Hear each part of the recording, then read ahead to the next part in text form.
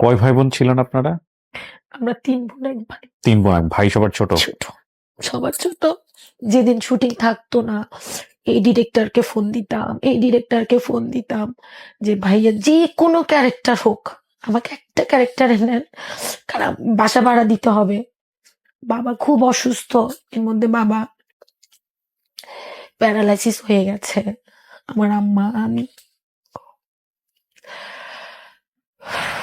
পরবর্তীতে তো এভাবে আমার চলতেছিল। কষ্ট, কষ্ট, কষ্ট, অনেক কষ্ট। কারণ আমি তো সুন্দর না ভাইয়া। কারণ মিডিয়াতে সুন্দর মানুষের অনেক দাম থাকে। আমি তো সুন্দর না। যার কারণে কখনো আমি নায়িকা হওয়া আশাও করি নাই। আমি চাইছি যে আমি একজন ভালো ক্যারেক্টার আর্টিস্ট হই। কারণ আমি ভাবতাম যে ক্যারেক্টার আর্টিস্ট হলে আমি যতদিন বেঁচে থাকবো, ততদিন আমি অভিনয় করে যেতে পারবো। এটা মানে আমার হয়তোবা এটা আমার ভেতরে একটা ধারণা ছিল। এরকম করতে, করতে ২০১৩ তে সালাউদ্দিন লাবলু ভাইয়ের নাটকে আমি অডিশন দিই। আমার কপালটা কত খারাপ ভাইয়া শুনেন। অডিশন মানে কত ওয়ে খুঁজতেছি যে আমি যদি একটা লাবলু ভাইয়ের নাটকে ঢুকতে পারি, মাহফুজ আহমেদের নাটকে ঢুকতে পারি, তাহলে তো সবাই আমাকে চিনবে, আমি কাজ করতে পারবো। এটা আমার মানে সবসময় ভিতরে কাজ করতো ভাইয়া। তো লাবলু ভাইয়ার নাটকে যখন আমি অডিশন দিই, ভাইয়া আমি সিলেক্ট হই ভাইয়ার নাটকে অডিশন দেওয়ার পরে। ভাইয়ার অডিশন দেওয়ার পরে স্ক্রিপ্ট আমাকে দিল। স্ক্রিপ্ট নিয়ে আমি আসার সময় বনানী 11 তে মলন পার্টি আমারে ধরছে ভাইয়া। ধরে সিএনজির মধ্যে ছিলাম। মলন পার্টি ধরে ও যে চোখে মলম লাগাই দিছে, ফোন নিয়ে গেছে। তারপরে একটা ব্র্যাক ব্যাংকের একটা কার্ড ছিল ভাইয়া। ব্যাংকে ছিলই হচ্ছে ৩৬,০০০ টাকা। ওই কার্ডটাও নিয়ে গেছে। মলম পার্টি মলম দিছে যে ধাক্কা মারছে যে আমার বাঁ পাটা ভেঙে যায় ভাইয়া।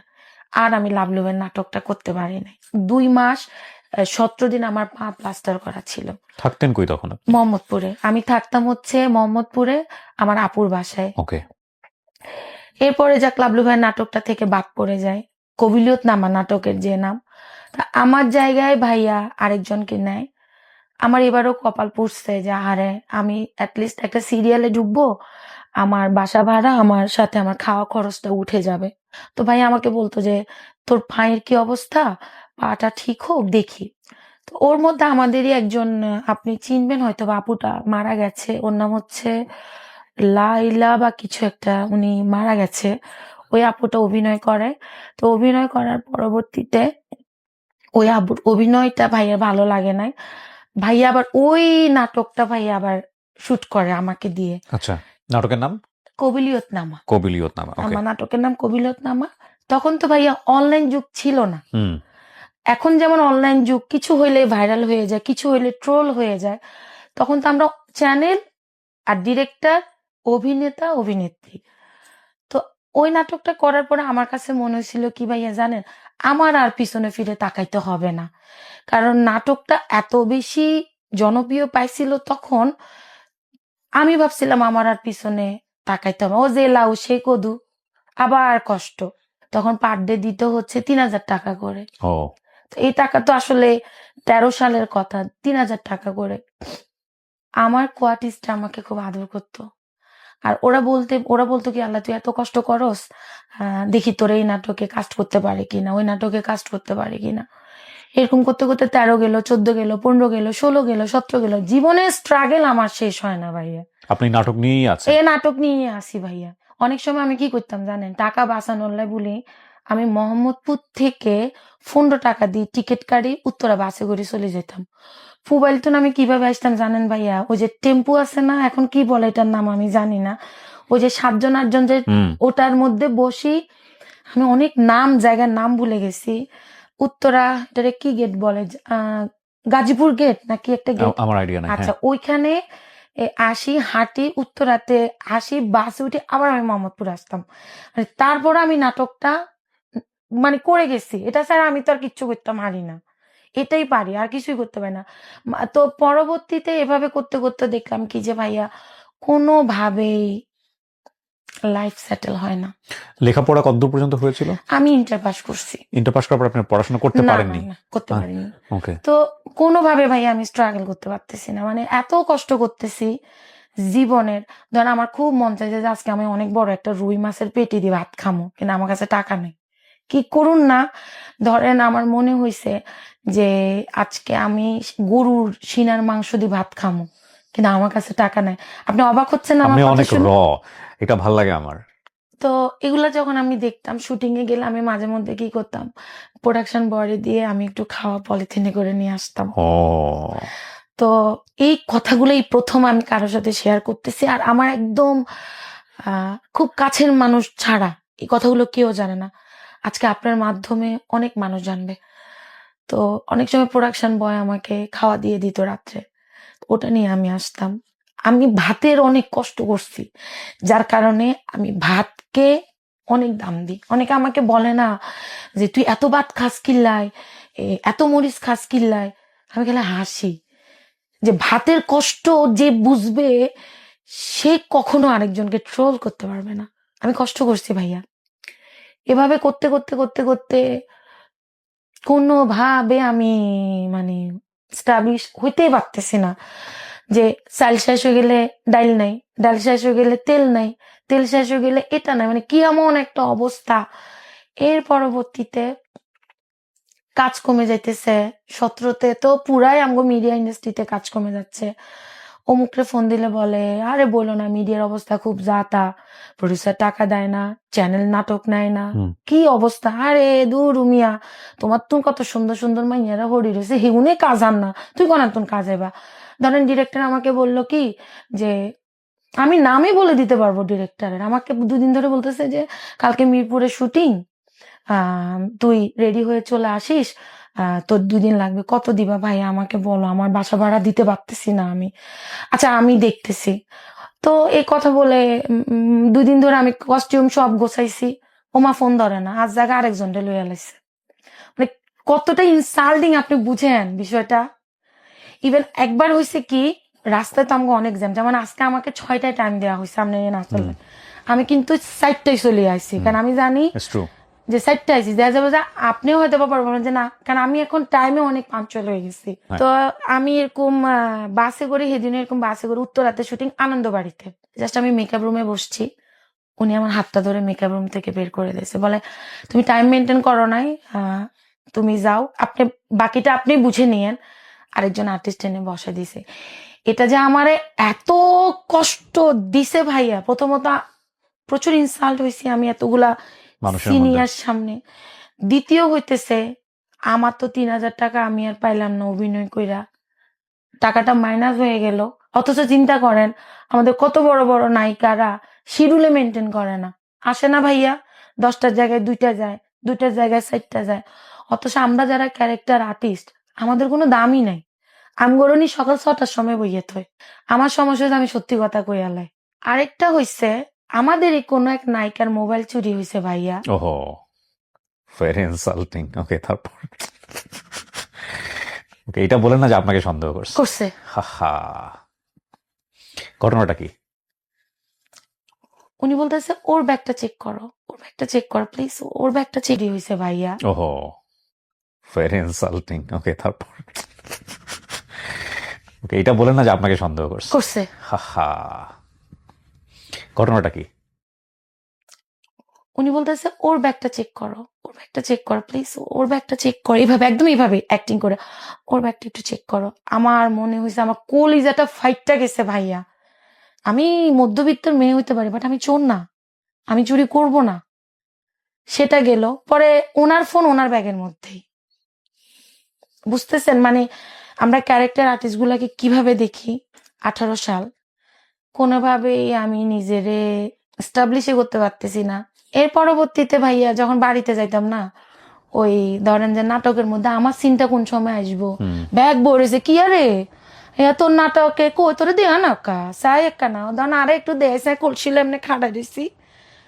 ও মা তুই এমনি করছো তো অভিনয় মানে মানে বুঝেন মানে কি পরিমাণ মানে, আরে ক্যারেক্টার আর্টিস্টে মানুষ বুঝে না।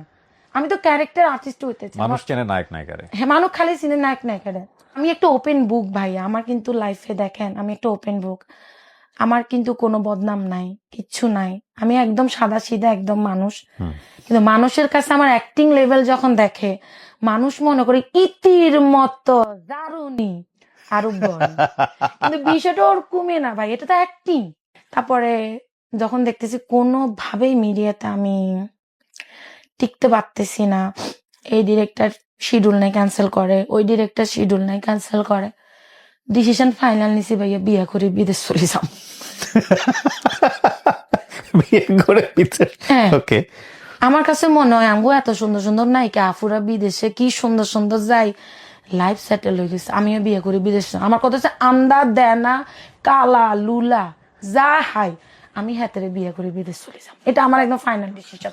যে জীবনে আর কোনো কষ্টই করতাম না, বিদেশে চলে যাবো গই, মামতো বোন হুতো বোন এগুন যেন বিদেশ তো নাইয়ে, এগুনের গায়ে তুন খালি পারফিউমের সুগ্রান আর সুগ্রান, হাতের মধ্যে স্বর্ণের চুড়ি, আর দেখতে ভালো লাগতো ভাইয়া। আর কথা হচ্ছে বিদেশ চলে যাবো গই, বিদেশ যে কোনো কাম করতাম না, বিদেশ মানে আরাম, খালি খামু আর খালি জামাই টিয়া খরচ করুন, বুঝছেন? মানে এর মধ্যে আমার যিনি বিয়ের ঘটক উনি হচ্ছে আমার আপন ননাসের হাজবেন্ড, ভাইও গান গায়।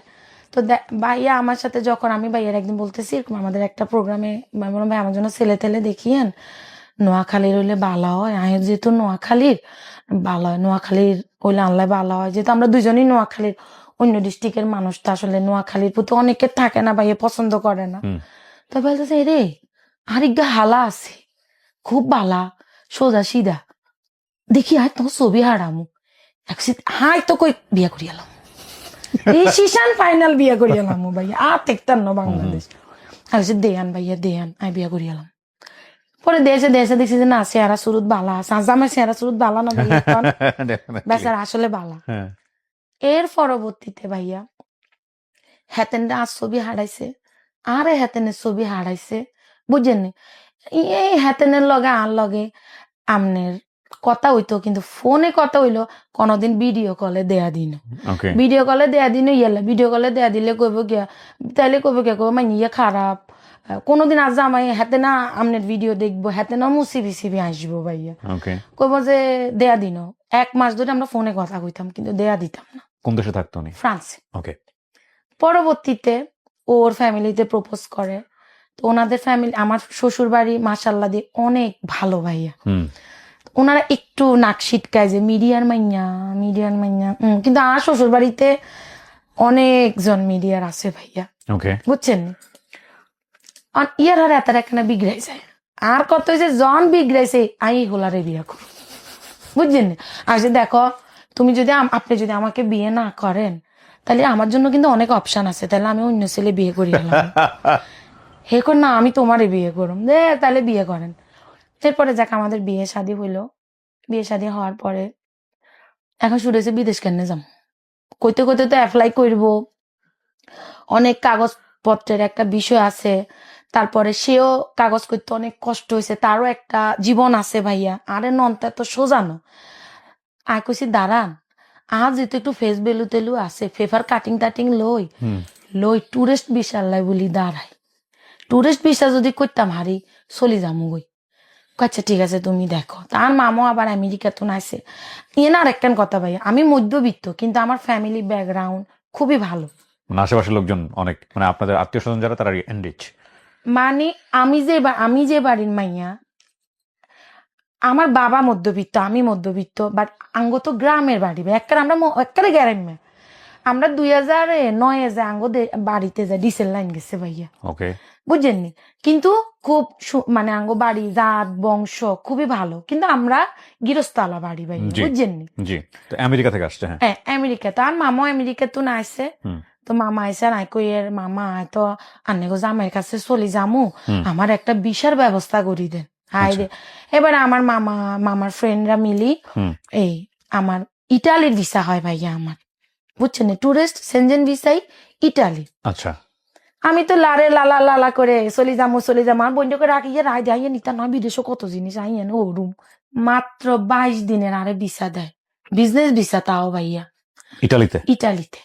ইটালিতে কেন যাবেন? আপনার তো ফ্রান্সে যাওয়ার কথা। কিন্তু ফ্রান্সের ভিসা ইজি না তো। ওকে ওকে। ইটালির ভিসা আমি স্পন্সর কিনছি ভাইয়া, স্পন্সর কিনি তারপরে যাই আমি ইটালি ভিসা করা। আরে ব্যাকে কইছে গিয়া যে ফিঙ্গার যদি চলিয়ে ইয়ে ভাইয়া বুঝছেননি, তাইলে আন্নের ঝামেলা হইব। অনা কিছু একখান কাপড় লাগাই চলে গেছি, লাজে ফিঙ্গার নদী বেরি কই না ম্যাডাম আপনার ফিঙ্গার দিতে হইব, কি মরণ দশা। ফিঙ্গার দিছি, দিতি ভিসা হইলো খুব শর্ট টাইমের মধ্যে ভাই আমি চলে যাবো। আর যে ভিসা লাগছে হরের দিন রাত 4 ফ্লাইট। তো এর মধ্যে আমার আব্বা কোনোদিনও পছন্দ করতো না আমি নাটক করি। আচ্ছা। তো আব্বার সাথে একটু আমার মান অভিমান অলওয়েজ চলতো, কারণ হি চাইতো না আমি নাটক করি। হুজুর মানুষ ছিল তো, হজ করছে অনেকবার।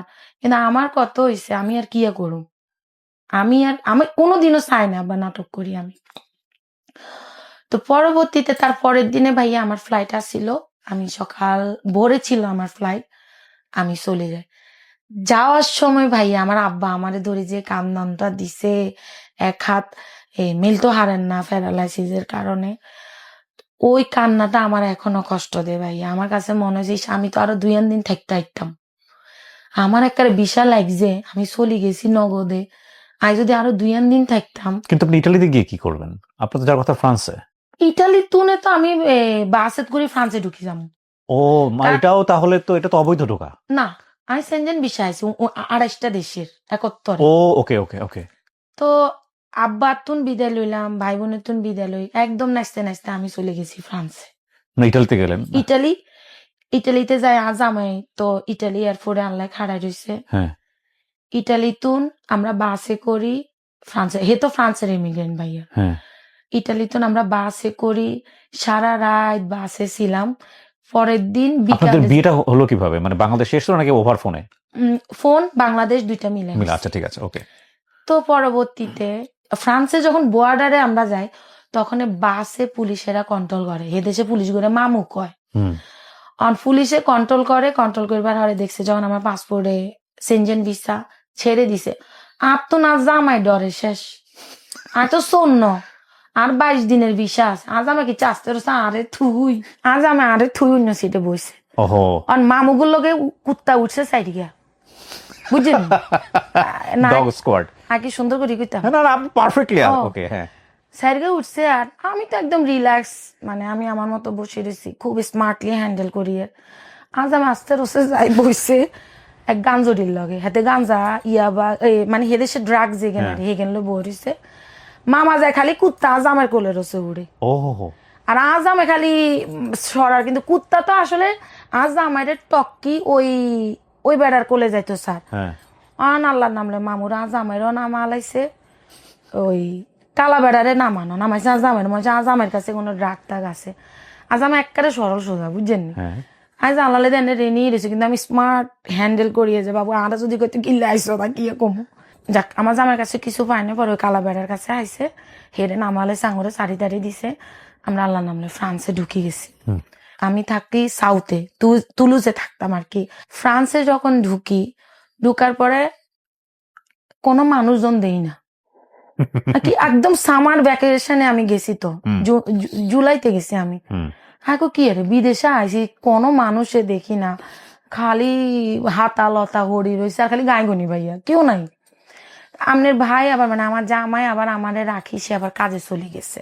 উনি কি সিটিজেন ছিল ওই সময়? না ইমিগ্রেন্ট ভাইয়া। ইমিগ্রেন্ট। হ্যাঁ, কারণ ফ্রান্সে হচ্ছে প্রথমে আপনি যদি ইমিগ্রেন্ট হন 5 বছর থেকে, আমি আসলে ফ্রান্সের অনেক ল জানি না, কিন্তু অনেক ভাষার উপরে চর্চা থাকতে হয়, তারপর আপনাকে সিটিজেনশিপের জন্য অ্যাপ্লাই করতে হয়। ওকে। এরপরে হে কাজে চলে গেছে ভাইয়া, আমি আস্তে আস্তে সংসারের ফ্রিজ খুলি দিয়ে প্রথম সেরিফল খাইছি। ভাইয়া মানে আজাম আল্লাহ সেরিফল কিনে ফ্রিজে থুইছিল, খুশি মনে খাইছি ভাইয়া। তখন তাই বুঝি না আল্লাহ কি জিনিস অপেক্ষা করে ভাইয়া। হে কাজে চলে গেছে হাতি লিগের মধ্যে, আর ইয়েনে ভাত, ইয়েনে রুই মাছ আছে, ইয়েনে ডাইল আছে, তুই তখন মতো করে রান্ধ। 8 বছর ভাইয়া রুই মাছ খাইতে খাইতে আমার জীবন শেষ হয়ে গেছে। ভাত রাইলাম, ভাত রান্ধি, ভাত গুন থুই, হে হাতিলে আবার ডাইল আনছি, ডাইল গেন্ডা বাটিতে থুই, হে হাতিলে আবার রুই মাছ আনছি, কারণ পাতিল একটা, কারণ হে জীবন তো মানে ছন্ন চারা। কিন্তু বাঙালি গো ভালো লাগে না ভাইয়া, কারণ আমার হাজবেন্ডেরও কাগজটা অনেক কষ্টে হয়েছে ভাইয়া, অনেক কষ্টে। আপনি নিশ্চয়ই জানেন ফ্রান্সেও অনেকে কাগজের জন্য কন্ট্রাক্টে যায়, অনেকে কাগজের জন্য প্রেম করে, অনেকে কাগজের জন্য বিয়ে করে। আমার হাজবেন্ডের লাইফটা ওরকম ভাইয়া। বাট আমি আমার হাজবেন্ডকে অনেক ভালোবাসি, হুম। কারণ আমার মতো একটা মিডিয়ার মানুষকে সে বিয়ে করছে, সে আমার সাথে সংসার করতেছে, আমার এত কিছু সে মেনে নিচ্ছে, আমি ওর কাছে অনেক কৃতজ্ঞ। কিন্তু মাঝে মধ্যে আরো মেজাজ গরম হয়ে যায়, এতে করে তোর সংসারে হ্যাঁ থাকতাম না। আমার আস্তে আস্তে বিশার মেয়াদ শেষ হয়ে যায় ভাইয়া। হুম। তখন থেকে আমার শত্রু সৃষ্টি হইতেছে ভাইয়া। কিভাবে? ওই যে গান গাইতাম না, মধুমালতীর, এটাই আমার দোষ। গান গাইতে গেলে এতে কয় কি কয়, ইতি গান গাইতে হয়েছে কি না গায়, কুত্তার মতো ডাক দেয়। আমি বলে কুত্তার মতো ডাক দেয়। I'm enjoying this আড্ডা। হ্যাঁ ভাইয়া। Okay. এর পরবর্তীতে ধরেন আমি গান গাইতেছি যে আমার ঘুম ভাঙাইয়া গেল গহ মরার কোকিলে, কয় কি কয় এতুন তো আমনের কি কয় জানি ছাগল বিলে আরো ভালো গান গায়। কিছুক্ষণ আমারে তালিম দিচ্ছে, তা থা তা থা। কে বলতেছে এগুলা? কি জানে? হে মানে কি আপনার হাজবেন্ড না নাকি না না, আশেপাশের প্রতিবেশী? আশেপাশের গুণ। এতারা ব্যাক সিঙ্গার, মানে কি বাঙালি ওরাও? বাঙালি। আচ্ছা। গানটা আর গাইতে পারি না। গান গাইলে কয় কি কয় আর গান বালানো, কিন্তু আমি গান ছাড়ি না। গান কিন্তু আমি গাই। এটা আমাকে আমাদের ওইখানের অ্যাসোসিয়েশনের ডাকছিল গান গাওয়ার জন্য, যেহেতু মিডিয়ার মানুষ যা গান গা। কিন্তু আমার সাথে যারা আরো অন্যরা গান গায় তাগো ভালো লাগে না আর কি ভাইয়া, বুঝছেন? ইয়ার পরে মানে এত ঠেস মারে, আরে কাজের মেয়ে চরিত্র করেছে আর কি করছে। আরে ভাবি দেখেন দেখেন রাজুবু আসছে, দেখেন না নাটক, কাজের মেয়ে চরিত্র করছে একদম এমনি। ধর আমি হাইটা যাচ্ছি, হ্যাঁ। কি নাই কে কাজের মেয়ে চরিত্র করছে, দেখেন না নাটক একদম এমনি। পরে আমি একদিন বাসায় এসে আমার জামাকে বলছি, তুমি আমাকে কোথাও নিও না, আমি কোথাও যাইতে চাই না, আমি কথা নিতে পারি না ভাই। আমি কাজের মেয়ে চরিত্র করি আর জরিনা করি, এটা আমার চরিত্র, আমি এটা করে খাইছি, এটা আমার রুজি রোজগার ছিল। এরপর আমি আমার জামাই বলছি, আমি কোথাও যাইতে চাই না, আমি কারোর সাথে মিশতে চাই না, আমি কোথাও যাইতে চাই না। ইয়ার মধ্যে ভাইয়া আরেকজনে কিচ্ছে, ওই যে আজ আমার যে ফার্স্ট আছে না, এদেরটা টুয়ে দিছে, টুয়ে দিছে, বুঝছেন? এবার বুঝেন আমরা বাঙালি কত ভালো। টুয়ে দিবার হরে দুনিয়ার ক্যাসাল ম্যাসাল, এর মধ্যে বিশাল মেয়াদ শেষ হয়ে গেছে। হাই হাই, কি বিপদ। শখের বিদেশ। শখের বিদেশ আমার 8 বছর আমার জীবন থেকে, আমি 30 বছর বয়সে বিদেশ গেছি। 38 বছর বয়সে আমি বিদেশ থেকে বাংলাদেশে আসছি। 8 বছরে একটা ছেলেও এত কাজ করে না আমি মেয়ে যত কাজ করছি। দেখেন আমার সব এই কাজে কাজে, রেস্টুরেন্টের কাজে আমার সব স্কিন পুড়ে গেছে, বিশাল মেয়াদ শেষ হয়ে গেছে। এখন তো আমার আজিল মারতে হইব। আজিল মানে? আজিল মানে হচ্ছে ফ্রান্সের একটা ল, ফ্রান্স মানবাধিকারের দেশ হ্যাঁ, না। হ্যাঁ, হ্যাঁ। ফ্রান্সে আপনি যদি ট্যুরিস্ট ভিসায় যান থাকার জন্য, সবাই তো ট্যুরিস্ট ভিসায় যায়, তখন ওইখানে আজিল দিতে হয়। আমি হয়তো উচ্চারণটা প্রপার করতে পারতেছি না ভাইয়া, অ্যাজাইলাম যেটাকে বলে। ওকে, অ্যাসাইলাম। অ্যাসাইলাম, হ্যাঁ অ্যাসাইলাম। তো অ্যাসাইলাম মারতে হয়, আমিও অ্যাসাইলাম মারছি ভাইয়া। অ্যাসাইলাম যখন আমি মারছি, ফিঙ্গার যখন আমি দিছি, আমার ফিঙ্গার চলে আসছে আমি ইটালি দিয়ে আসছি। লে হালুয়া, আবার বিপদ, শান্তি পাই না ভাইয়া। আমাকে এরকম ওয়েটিং রুমে বসায় আমাকে বলতেছে, ম্যাডাম আখতার তোমার তো ফিঙ্গার চলিয়ে আইছে, তুমি আপাতত 6 মাস আমাদের এখানে থাকবা, তোমাকে 6 মাস টাইম দিছি। 6 মাসের মধ্যে তুমি ইটালি সরকার যদি তোমাকে নিতে চায়, তুমি ইটালি ব্যাক করবা, তুমি আর ফ্রান্সে থাকতে ইত্যান। কি দর্শন, আবার এর মধ্যে কেসও দিতে ইত্যান নয়। 6 মাস আমি এটারে বলে ডাবলিং, মানে ফিঙ্গার চলে ডাবলিং, ফোনসে মনে দুবলিং, এরকম কোন একটা। কি বিপদ ভাইয়া। 6 মাস এনে থাক, প্রত্যেক মাসে আমি 2 বার খালি এম্বাসিতে যা হাজিরা দিয়ে ভাইয়া, টাইম দিয়ে দিবে। ম্যাডাম আক্তার কয় বোলায় পুলিশেরা, হাজিরা দিচ্ছি, সিভিল মামু এগুলা, হাজিরা দিই আবার আইয়ের। 6 মাস যাই চলে গেছে, আমি বলছি যাক বাঁচি গেছি, ইটালি মনে আরে নিত না, আমি ফ্রান্সে আজিল দিব। 9 মাস চলে গেল, আমাকে একদিন ইমেল করছে যে তুমি কি অসুস্থ, তোমার কি অসুস্থের কোনো কাগজপত্র আছে, এগুলা নিয়ে সবকিছু নিয়ে তুমি ফিবিক্সর বলে, ওটাকে প্রিভিক্টর আর প্রিভিক্স, আমি উচ্চারণ অত ভালো পারি না ভাইয়া। চলে আসো, আমি তো খুশি, মানে আজ যে আমার কেস লইব। যাইবার ওরে কইছে ইটালি এম্বাসি তোমারে তার দেশে ব্যাগ নিতেছে, কইছে নিয়েন কাম। ওকে। আমি ফেল ফেল করে তাকে কই না তো যাইতাম না। আমি তো আই যাইতাম না, এটা তো আমি ইংলিশে কইছি, হেতারা ইংলিশ আবার তো বুঝে না, হ্যাঁ বুঝলেও আপনার লগে কইতো না ভাইয়া। দুবাসী লইছে ফোনে, দুবাসী আরে কইতেছে আপনাকে ইটালি সরকার লই যেতে চায়, আপনি ইটালি চলে যান, আপনি ফ্রান্সে আপনাকে রাখবে না, ফ্রান্সে আপনি থাকতে পারবেন না। 48 ঘন্টা টাইম দিছে, 48 ঘন্টার মধ্যে আপনি আপিল করবেন, আপিলে যদি আপনি টিকেন তাহলে আপনি ফ্রান্সে থাকবেন, আর আপিলে যদি আপনি না টিকেন তাহলে আপনি ইটালি সিগনেচার করেন। সিগনেচার তো করতে হবে, জোর করি হলো আপনারা করাবে। দুই পাশে দুই মামি খাড়া দিছে, মানে আমরা পুরুষ পুলিশে মামা ডাকে, মহিলা গুন্ডে মামি ডাকে, একদম খাড়া রয়েছি জ্ঞানের একবার জ্ঞানের নিয়ে পরে সিগনেচার টিগনেচার করে চলিয়ে আইসি। আইবার হরে দেবদাদা, মানে আমার ওইখানে আপনার ভাইয়ের বন্ধু দেবদাদা, আবার এগুলা ওনার কাছে ওনার ফ্যামিলিগত অনেকগুলা উকিল আছেন, উনি পরবর্তীতে উকিলের হায়ার করেন। হায়ার করার পরে আমনের এগুলা ভাই আমি লোড নিতে পারতেছি না, কষ্ট হইতেছে কষ্ট হইতেছে কষ্ট হইতেছে। আল্লাহর নাম লই ভাইয়া আমি কেসেও হারি যাই, ওহো কেসে হারি যাই। আমনের আরে কইছে ইটালি চলে যেতে হইব, সময় হয়েছে 48 ঘন্টা, 48 ঘন্টার মধ্যে আপনার ডিসিশন দিয়ে লেবো 5-6 ঘন্টার মধ্যে, আর সময় কটুক। এর মধ্যে পরের দিন সকালে থাকে আপনার 2 দিন তো 48 ঘন্টা, সকালে থাকে আপনার ফ্লাইট। এর মধ্যে ভাই আমি অসুস্থ হয়ে যাই, অসুস্থ হওয়ার পর আমাকে হসপিটালে ভর্তি করায়। হসপিটালে ভর্তি করানোর পরে সব টেস্ট দেখে যে আমার হাড়ে একটা দাগ পাইছে, বুঝছেন, কিন্তু আমার ফ্লাইট মিস হয়। 18 মাস আমি অবৈধভাবে ছিলাম, 18 মাস একদম অবৈধ। পুলিশ পাইলে আমাকে অ্যারেস্ট করে হয় ফ্রান্স থেকে ইটালি, নাহলে ইটালি না গেলে সোজা বাংলাদেশ। এবং ফ্রান্সে যে তার কোনোদিন ঢুকতে না পারেন সে ব্যবস্থা করে এক্স্যাক্টলি, ফিঙ্গার নিয়ে নিবে, আমি আর ইউরোপে ঢুকতে পারবো না, শেষ। তো দিবে। হাজিরা কিন্তু দিতাম। আপনি বলতেন না যে আমি এখানে বিবাহিত, আমার হাজবেন্ড আছে। না না, ওই যে বললাম না, আমি তো টুরিস্ট ভিসায় গেছি, এখনো তো আমি আজিলে মারতে পারি নাই, আমি স্বামী টানুম কেমনে? স্বামী টানার তো এখনো অপশনই আসে নাই ভাইয়া। তো এই বিয়ে না করেও আপনি যেতে পারতেন তাহলে বিদেশ। হ্যাঁ, এখন এটাই আমার আফসোস হয়। পূজাকে আমি- ওকে আই এম সরি। না না, এটা সত্যি কথা যে দূর মিয়া, আমার জীবনটাই হেল হয়ে গেছে। এরপরে ভাইয়া 18 মাস 18 মাস কিভাবে ছিলেন? হ্যাঁ কোনোদিন দরজার শাটার উঠাই নাই। হুম। পুলিশ পেলে তো আমার ধরিলাম, পুলিশ দেখলে খালি ডরাইতাম। ধরেন আমার যে আমার একটা বাইক ছিল, কেউ ইনভাইট করলে বাইকে উঠতাম, ধরেন চারিদিকে পুলিশের গাড়ি যায়, আমি আস্তে আস্তে মুখটা টানে সরে রাখতাম, মানে আমার কাছে মনে হইতেছে কি পুলিশ আমার চিনে, মানে এতটা আমার আতঙ্কের মধ্যে ছিল।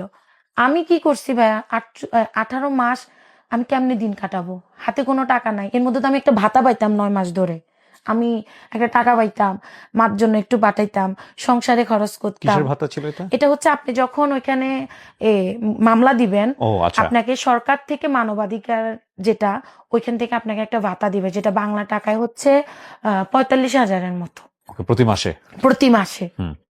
তো আমার ওইটাও বন্ধ হয়ে গেছে, সো আমার আর কোনো টাকা পয়সা নাই। স্বামীর তুললেই তো হইব যে আমার 10টা টাকা দাও।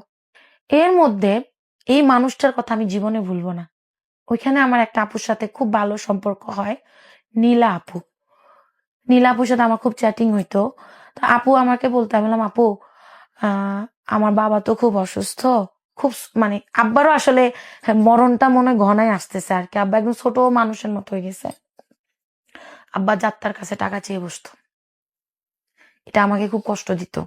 ওই যে যাত্রার মানে রাস্তার কারো কাছে না, ধরেন আমার ফুফাতো বোনের কাছে, ধরেন আমার মামারা আমেরিকা ফোন করি, ধরেন আমার খালাম্মার কাছে চাইতো, ভালো লাগতো। হয়তো বা মারা যাওয়ার সময় কিছু মানুষ একটু ছোট মানুষের মতো আচরণ করে না, এরকম হয়ে গেছিল। পরে নীলাপু আমাকে বললো আপু আমার জামা আবার চায় না যে আমি বাইরে কাজ করি, কারণ এ তো নিজে কাম করে, আমি কিল্লাই বাইরে কাজ করুম ভাইয়া। ইভেন আমি যে আপনার শোতে আসবো, আমাকে বন্যা আপা বলছে তোর মনে যত কথা আছে তুই সব ঝেড়ে দিবি, সব বলে আসবি, ওটা ওনার কাছে তুই সব বলবি, দেখবি তোর ভালো লাগবে। বন্যা আপু আপনার এই যদি রেকর্ডটা শুনে আমাকে বলবো তোর ভাল লাগতেছে এখন, আসলে আমার আজকে ভাল লাগবে, আমি অনেক শান্তিতে ঘুমাবো ভাইয়া। এর পরবর্তীতে নীলা আপু আমাকে বলছে আপু আপনি তো নাটক করতেন, অনেকে ইউটিউবিং করে, আপনি ইউটিউবিং করেন, ইউটিউবিং করলে দেখবেন আপনি যখন ভাইরাল হয়ে যাবেন আপনি 100-200 টাকা কামাইতে পারবেন, মানে $100-200 আর কি। হুম আপনি যা চান আপনার বাবাল্লা একটু টাকা দিতেন, আমি খুব মানে খুব ফ্যামিলি ভক্ত মানুষ ভাইয়া, মাল্লা একটু টাকা দিতেন, আপনি পারবেন। আমি তো ভাই আপু, আমি তো 18 মাস অবৈধ, আমি তো ক্যামেরার সামনে আসলে পুলিশটা ধরিয়া লাগবে যে আমি ফ্রান্সে আছি। বলে না, আপনি ক্যামেরার সামনে আপাতত আসিয়েন না, আপনি ভয়েস দিয়ে ভিডিও বানান। যে কাজ সেই কথা। আপু আমার চ্যানেল খুলে দিছে, আমি এই ঋণ জীবনে শোধ করবো না, যে আমার যে উপকার করছে ভাইয়া। আপু আমার চ্যানেল খুলে দিছে, আমি ভিডিও বানানো শুরু করি। আজ আমার ইগো প্রবলেম শুরু হয়ে গেছে যে এইটি হারা দিন ইয়ে নাকি আরে সারাটা দিন কেমনে ভিডিও ভাইরাল করুন। সারাটা দিন ভাইয়া এই ভিডিও বানাচ্ছি, ভিডিও ভাইরাল হয় না, 100 ভিউ হয়, 200 ভিউ, আর কি খুশি লাগে। আমার বিশ্বাস ছিল আমি ভাইরাল হব, আমি ফেসবুক থেকে টাকা কামাবো। এটা আমার একটা কেন জানি না, আমার হ্যাঁ মনের ভেতরে মানে হুম জানি না, এটা হয়তো আমাকে সাহস যোগাইছে। ভিডিও বানাই, এই 300 ভিউ হয়, 400 ভিউ, আর কি মজা লাগতেছে আমি ভাইরাল হবো। কিন্তু ভাইরাল আমি হই না ভাইয়া। হিন্দি তো ধরেন আম্মা ভাই বোনের সাথে কথা হয়, যখন একটু আর্থিক কথা শুনি আর মনেরে বুঝাতে পারি না, খুব কষ্ট লাগে। আমার হাজবেন্ড আমাকে ক্যামেরা ধরে সাহায্য করছে, কিন্তু আমার বকাও দিত, সারাদিন কি শুরু করছো, সারাদিন ভিডিও বানো। এই বকাগুলো আমি তখন আমার ভাল লাগতো না। সারাদিন ইচ্ছে বকে গিললে, সারাদিন আরে তুই কামে চলি যায়, আমার দিনটা কেমনে যায়, আমি ভিডিও বানাবো। সারাদিন খালি ভাই আমি ভিডিও বানাই, ভিডিও তো ভাইরাল হয় না ভাইয়া, কি একটা মহা বিপদে না। এর মধ্যে কোভিড চলে আসে, কোভিডের মধ্যে দেখি কি এই যে ফ্ল্যাশব্যাকে যাই ভাইয়া, কবিলিয়ত নামা নাটকটা করছি যে, হুম এই নাটকটা যদি 2013-তে ভাইরাল হইতো ভাইয়া, আমি কি আর ফ্রান্সে যাইতাম?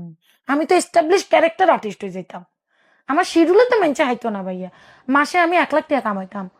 আমি তো এই নাটক যাই কোভিড এর সময় ভাইরাল হইবার কোনো দরকার আছে বল? ওকে ভাইরাল হইবার হরে আমারে ওই যে আমি যে ছোটখাটো ইউটিউবিং করি, ফলো ব্যাক দেন, হেতে ছিল আপনার ঘরে বেড়াইতে যাচ্ছি, আপনিও বেড়াইতে আসেন।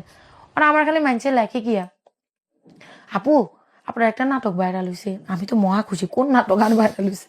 বলে লাঠিয়াল গ্রাম, লাঠিয়াল গ্রাম। আমি কো লাঠিয়াল গ্রাম নামে তো আমি কোনো নাটক করি না, আচ্ছা আমাকে নাটকের লিঙ্ক দেন। আমি কো ও মা, ইয়ে তো কবিলিয়ত নামা না। আমি কি করছি ভাইয়া, একদম কবিলিয়ত নামার মতো সাজে আমি আমার এই প্রথম আমার ইউটিউবিং এ ক্যামেরায় হুম আসা। আমার আমাকে তুমি যে ক্যামেরা আসবে, আমি তো ধরে নিব। মানছে আর নাটক দি ভাইরাল হয়ে যার, আর কিলে ওকে মানছে আর নাটক দি ভাইরাল হয়ে যার, দুনিয়া কাঁফাল। আর আমি খালি হাড়া হুতার মরিচ বাইতেছি তো বাইতেছি, আমি ভাত খাইতাম হারিয়েন না, মানছে ভাইরাল হয়ে যায়। এরপরে ভাইয়া একদম সুন্দর করে হাজি গুজি রেডি হইছি, রেডি হই আমি আমি সেলাইলি, আমি তো পুষ্কুনির ঘাটে গেছি, আপনি আমারে যাইতে কইছেন দেখা। আমি তো পুষ্কুনির ঘাটে গেছি আপনার লাগে পাগল দেখা। আমি কি জানতাম আপনি আমার খোয়ার হাঁস চুরি করবেন, আর যেই আপনি আমার খোয়ার হাঁস চুরি করছেন, আমি কেন আপনার বিয়া করুম না। ওমা ভাইয়া এটা পোস্ট করছি, ভাইরাল হইছে। ভাইরালের যে কি স্বাদ ভাইয়া, Oh God, this is so raw. Okay. আমি তো রোজার মধ্যে এটা হ্যাঁ। ঘটনা, আমি সেরি খাই করে তো নয় জানি না ভাইয়া যে বাইরে লুমু নামাজ টামাজ হই। আমি আমার জামাইরে কইতে চাই, কইলাম যে দেখছো নি আর নাটক করি একে ভাইরাল হই যা, আর হাই ভাইরাল হইয়েন না, দাঁড়ো জানে মন। আমি কিন্তু আমার জামাইরে হাব্বি ডাকি, জানে মন ডাকি। আর হে খুব চুপচাপ তো, ধরেন কুতু দিদি, ধরেন সিমটি কাড়ি দি, কথা কোনাকা কথা ক, হে খালি দুইয়ান ডায়লগ বুঝছেন। আমি আবার যখন আমু না, আন্নেরে হে অনেক পছন্দ করে, তার কাছে লই আম। Sure, brother. Please come. হ্যাঁ। হ্যাঁ, এরপরে ভাইয়া দুজন জামাই বউ দুজন, আমি নামাজ পড়ি তড়ি শুইছি, এলাও শুইতে করে আমরা সারাদিন খালি মোবাইল টিপো, তোরও রাখি মোবাইল না রাখে কেন, আর ইচ্ছা করিও না।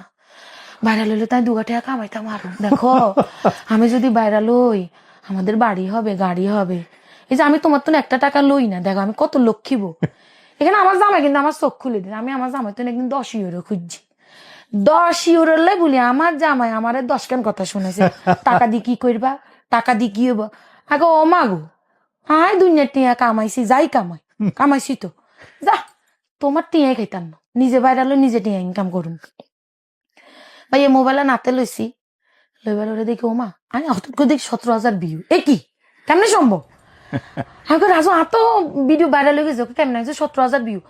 লগে লগে মোবাইল আনতো ওযু করি, আল্লাহ তুমি আমার দিকে তাকাইছো গো মাবুদ।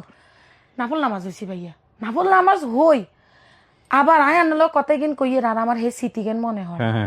নাফল নামাজ হই আমি আবার মোবাইল দিই, ওমা ভাইয়া আয় দেই কেন 17 তুন একটা নাই 27,000 ভিউ হয়ে গেছে। আমাকে আর কে ঠেকায় ভাইয়া? ভিউ হইছে 27,000, ফলো হয়ে গেছে সাবস্ক্রাইবার হয়ে গেছে 9,000। দে না রাসিনি ছাড়া আমি হয়ে গেছি হেটা ভাইয়া। আমি জানি না মানে আর কথাই ইচ্ছা ভাইয়া, কিছু মনে একদম করি পারফেক্ট না। আছে, বলেন প্লিজ। হ্যাঁ, এরপরে ভাইয়া আর তো আর ঘুমো না, এতটা ফোন করে কে হুন আয় তো বেড়া লই গেছি, এতটা ফোন করে হুন আয় বেড়া লই গেছি। আর এগুনটা যখন আমি কইতাম আমার একটু সাবস্ক্রাইব করে দিচ্ছা, হ্যাঁ দিচ্ছি এ তো দিব, আরে রাখ দিত না দিত না, আমি তো বড় লোকই যাই, দিত না ভাইয়া। পাশের বাসার ভাবিও দিত না যদি বড় লোকই যাই। আল্লাহর কাম আল্লাহ করে দিছে ভাইয়া। আরে আর কনে থাকে একটার পর একটা ভিডিও বানায়, একটার পর একটা ভিডিও বানায়। ইয়ার মধ্যে টুপ করে একদিন ভোর রাত্রে আর হুতো বই না আরে ফোন দিছে আমেরিকাতন। এত রাত্রে আমার আমেরিকাতন ফোন দিল ভাইয়া, কিলে দিল। ফোন ধরলাম, জাফা আপনি ঠিক আছেন? হ্যাঁ রাখি, আমি তো ঠিক, আমি আবার মানুষের নকল করতে মানি ভাইয়া, আমি তো ঠিক আছি, আমি তোকে একটা কারণে ফোন দিয়েছি বোন। কি আপু ঠিক আছেন? আপনি কি হয়েছে? মামা ফোন দিছে, আব্বা।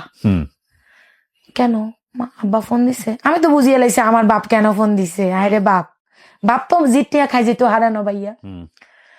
মামা ফোন দিছে, কেন ফোন দিছে? আর আমি বলে দেখ আমরাও তো সংসার করি, মামা আমার কাছে টাকা চাইছে, কিভাবে দি বল। আমি আপু আপনার কিচ্ছু বলা লাগবে না, আমি আপনার কথা বুঝিয়ে লাইছি। আপু আমার বাবা যখন সৌদি আরব ছিল, আমার বাবা তো আপনি বললে কম করে নাই। আমার বাবা যখন সৌদি আরব ছিল, আমার বাবা যখন এত বড় বড় বক্সে করি কম্বল সব আগে দিত না, বোনের মেয়েদেরকে আগে দিত। আমার বাবা খুব ভাগিনা ভাগ্নিদেরকে আদর করতো। আপু সামান্য $20 আপনি আমারে ফোন দিছেন আপু, আমার বাবা আপনি বললে কিচ্ছু করে নাই, কিচ্ছু করে নাই আপু। আমার বাবা আর কোনোদিন আপনাদের ফোন দিত না আপু। এই কথা কইবার আমি আমার আরেক ফুফাতো বোনকে ফোন দিছি যে আপু আমার বাবা আপনি বললে কিচ্ছু করে নাই, আমার বাবা আপনি করতুন 20 টাকা চাইছে। তখন সঙ্গে সঙ্গে আমি আমার ওই ফুফাতো বোনের ফেসবুক থেকে সুন্দর মতো ফেলে দিছি। মানুষ আমাকে পিষতে পিষতে পিষতে পিষতে ভাইয়া এখনো পিষে। আমি অনেক কষ্ট করে এই জায়গায় আসছি, এত সহজে আমি আমার জায়গা ছাড়ি দিব না। আমি আমার বাবারে ফোন দিছি, আমার বাবা তো বুঝিয়ে লাইছে, জি ফোন দিছে যে আপনি কি কারো কাছে যে টাকা চাইছেন?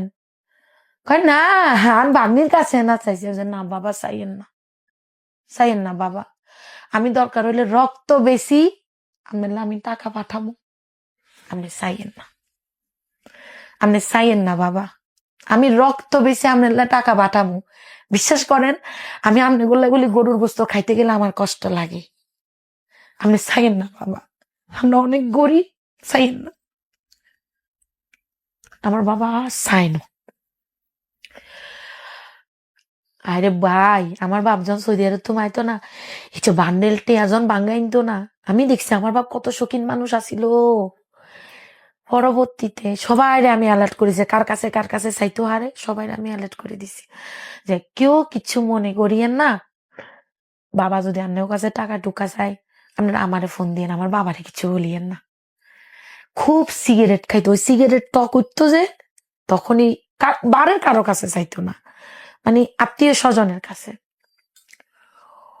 এর পরবর্তীতে আমি টাকা হারাই আমারে কইছি এখন তোরে 10,000 টাকা দিয়েন না, দিলে নগদ নষ্ট করিয়া লেবো, আর এক কাজ করেন এবার 1,000 টাকা দেন, এবার 1,000। আর বাবা সাইডে দিয়ে হুঁচা যে 10,000 টাকা হারাইছি, তার কি অভিমান যা যে আল্লাহ 10,000 টাকা হারাইছে, তুই আর 10,000 টাকা দিয়ে লিতে। মানে কিছু মানুষের থাকে না টাকা পুষতে পছন্দ করে, সাপ কাপড় হিন্দি পছন্দ করে। বাপে তো আর এবার কর না ভাইয়া, আল্লাহ লম্বা লুঙ্গি আনিও, আল্লাহ লম্বা লম্বা গামছা আনিও, আল্লাহ আতর আনিও। আর আব্বা সিগোগুই অনেক পছন্দ আছে, আল্লাহ আনিও, আমি তো আর বাপ আর দেখি না। এর মধ্যে খালি নন স্টপ আরে ফোন দেন, আমি খুব বিরক্ত হইয়ে দূর, আর আব্বা বুঝে না, সারাটা দিন খালি ফোন দেন, খালি ফোন দিয়ে এত এটা কইছে, এত এটা কইছে, এত এটা কইছে, এত এটা কইছে, খালি নালিশ তার। এর মধ্যে আমি তো ভাইরাল, আমার ডলার ঢুকের ভাইয়া, কিন্তু ডলার আবার লইতাম হারি না। আমি যে আরে দিমুটে রান্না আর ডলার ঢুকের, আপনারা চিন্তা করার লাগতো না, আমি মেলাতে কামাইয়ের আপনাদের দিমু। আপনি কারো কাছে আর কইবেন না যে আরে নেয়া দো, কারো কাছে কইবেন না। এই সত্যি কথা কনা ভাইয়া কেউ ভাই কাকা, আমি তো অনেক বড় লোক ছিলাম, অনেক পশ ছিলাম, দামিসা কথা, আমি অনেক কষ্ট করছি ভাইয়া। হঠাৎ করে এরকম কন্টেন্ট বানামো ভাইয়া, আরে ডাকাতুন ফোন দিছে, ফোন দিয়ে কয় খালামুনি নানা মারা গেছে। ওহো, আমার খালি আফসোস, ওই 3 দিন যে বাপে জিরে এতবার ফোন দিছে, আমি কেন উঠাইতে পারলাম না, এটা আমার কষ্টদের। আমি কষ্ট হাইয়ের খালি হাই হাই, আমি কি করলাম, আমি কেমন আমার বাপের ফোন ধরলাম না, আমি তো আর আমার বাপের লগে কোনোদিন কথা কইতে পারতাম না। হাই আমি কি করলাম, খালি এরকম করিয়ে। বিদেশে তো ভাইয়া কাঠের ফ্লোর বেশি থাকে, হাত থাবড়াইতে থাবড়াইতে হাত টাত অবস্থা খারাপ। আমি যদি পাখি হইতে আইতাম, আমি তো উড়ি চলিয়ে আইতে আইতাম। আমার বাপের দাফনের কাপড় আমার ইউটিউবের টাকা দিয়ে হইছে, আমি করছি। আমার মামাও দিছে টাকা, আমারটা আস্তে আস্তে আমার মামার টাকা চলে আসছে। হ্যাঁ, আমার আমার আমি কানতে কানতে ভিডিও কলে বলছি যে আমার কোনো ফুফাতো বোন, কোনো ফুফু, কারোর উপরে আমার কোনো অভিযোগ নাই ভাইয়া, বা দিল না কেন এটাও না, মানে নিও না, থাক, দরকার নেই। পরে তো বাবা মরে গেছে, এই জিদ আমার আরো বেশি হইতেছে যে হাইডের টাকা, এত টাকা করুম ভাইয়া আমি, যে টাকার জন্য আমি এক টুকরা রুই মাছ খাইতে পারি নাই, যে টাকার জন্য আমি শিরার মাংস খাইতে পারি না। এটা আমার লাইফের কথা বলি, আমার পরিবারের কথা না, আমি কষ্টের কথা বলতেছি। বাবা মরে যাওয়ার পরে আমি অনেক অসুস্থ হয়ে যায়, যে এটা মেনে নিতে আমার কষ্ট হচ্ছে যে আমি কেন আব্বার লগে এতদিন কথা বলি। ইয়েন দিয়ে আবার ওই যে আমার 18 মাস শেষ হয়ে যায়, হাজিরা দিবারও আমার টাইম চলিয়ে ইয়ের ভাইয়া। আব্বা মরে যাবার পরে অনেকে সান্ত্বনা টান্তনা দিছে, দিবার পরে আমি 1 মাস 17 দিন পরে আমি ভিডিও বানানো আবার শুরু করি। আমি অনেকে কইছে এতদিন ধরে তুমি ভিডিও বানান না, তোমার চ্যানেল হুতি যাইব গই। মানছে তো কয় না হুতি যাইব গই, কয় চ্যানেল আর দাঁড়াইবো না, চ্যানেল হুতি যাইব গই। আমার একটা বিশ্বাস আছিল ভাইয়া যে না, আমার চ্যানেল হুতো না, আর চ্যানেল খাইয়ে থাকবো। এই আবার ভিডিও বানানো শুরু করি, ভিডিও বানানো শুরু করি। আরে ভাইয়া ভিডিও বানাইতে বানাইতে আশেপাশের ব্যাকে ইউটিউবার হয়ে গেছে। আপনার দেখা দেখি না আর দেখা হনো, হেতারা কি তো আর দেখা হন ভাই, হেতারা কি কম জানেন, হেতারা শিক্ষিত, আর নোয়াখালীর অশিক্ষিত ভাইয়া। ছি, হেতারা ব্যাকে হাই রে ভাইয়া, আর হলো কি ট্রোল, আই এটা কইলে এটা লই গ্রুপ করে ভাইয়া, এটা কইলে এটা লই গ্রুপ করে, কি ট্রোল ভাইয়া, এখন অব্দি করতেছে আমার এলো ইনস্ট্যান্ট। আমি আসি, আমিও দি, আরে মাস দিলে আমিও দি, খা আত্মাও খা, অসর আয় খামু খা, তোরাও খা। তোরা আরে তিলের তাল বানাস, আয় তালের জুস বানাই, তালের বত্তা বানাই, তালের হাতড়া বানাই, তালের যত ভ্যারাইটি আইটেম আছে দেখবেন বানাই ভাইয়া। ওকে, কি কমুনি ভাইয়া, আমি ইনোসেন্ট, না না না, আমি ঝগড়া করতাম হারি না, আমার মতো ভালো একটাও নাই ভাইয়া, ছি। আমিও দি ভাইয়া। 18 মাস পরে কি হলো আপনার? 18 মাস পরে তো আর মামলা লইছে ভাইয়া, আমি উঠুম এবারে অপেরাতে মামলা লইছে। হ্যাঁ,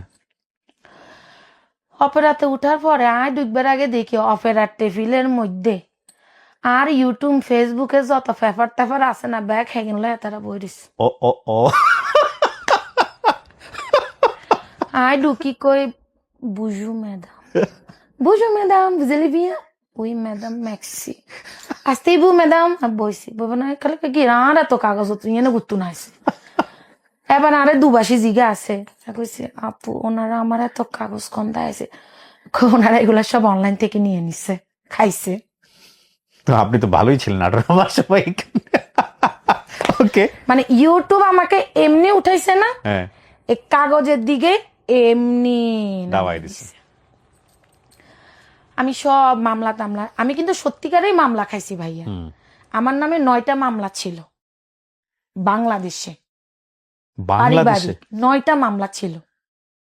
বাংলাদেশে মামলা করলো কেন? কে করলো? বাংলা জায়গা সম্পত্তি লই ও আচ্ছা আচ্ছা, চাচা জাডারা যেগেন করে আরি ওকে। আমারে মারিয়া লাইস, আমারে বাঁশবাগানে দর্শন করে দিস যেগেন করে নাঙ্গো গ্রামে, হেগেনের মামলা খাইছি, চাচা জাডারা দি দিছে মামলা। তো হেগেন লইয়া আমি সত্যি কথা যেটা ওই মামলাটা আমি Okay. দিছি। আরে কয় ম্যাডামে কয় তোমার কোনো মামলা নাই, তুমি বাংলাদেশে চলে যাও। এটা হইল নি কোনো কথা? আমি মামলা খাইছি না, দিত না কাগজ দেন। আমনের কয় তুমি অনেক বড় ইউটিউবার। আগে আমি ইউটিউবে, এটা তো আমার প্রফেশন। বলে তোমার কোনো ইয়া নাই, তুমি বাংলাদেশে চলে যাও। ওইলো কথা ইয়ান বার হইলাম, তোমাকে আমরা আবার ডাকবো।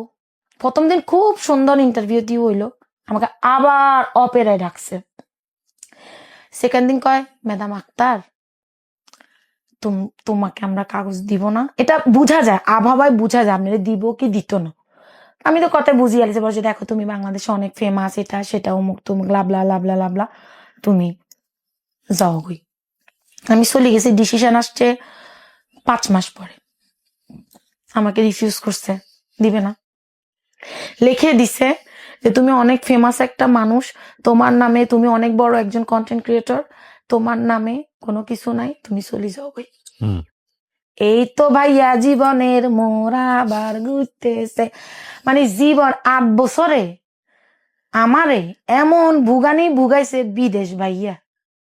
আরে ভাইয়া জাতের কাগজ নাই। শখের বিদেশ না? শখের বিদেশ, জাতের কাগজ নাই, হাতের যত টিয়াই থাকক কোনো মূল্য নাই, কোনো মূল্য নাই ভাইয়া, জাতের কাগজ নাই বিদেশে। এরপরে ওই জামুকন্দায় আমাদের ইয়ানে আবেগ রাব্বানি একজন আছে, উনি হচ্ছে সব মানবাধিকার নিয়ে কাজ করে।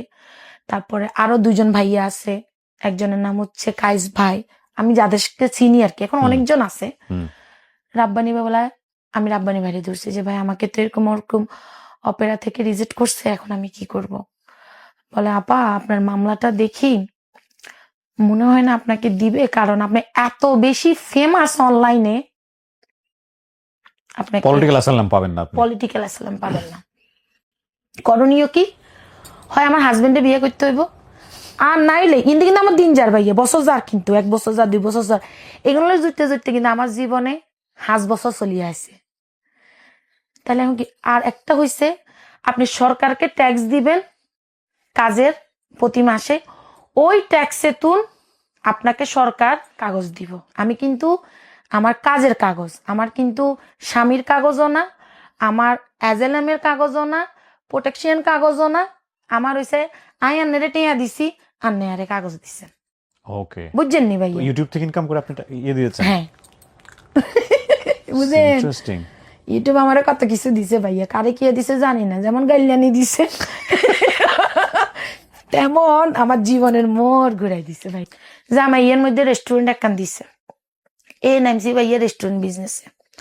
ফাটনারের লগে জামাই রেস্টুরেন্ট একখান দিছে, ও মা গো মা, হতিন হতিন খেলা হেতেনটা আবার আয় বোন বলাইছি, বুঝছেন নি? হেতেনেরও দোষ নাই, বেডিগো কোনো দোষ নাই, বেটারা বেটারা যেখান করে আরে।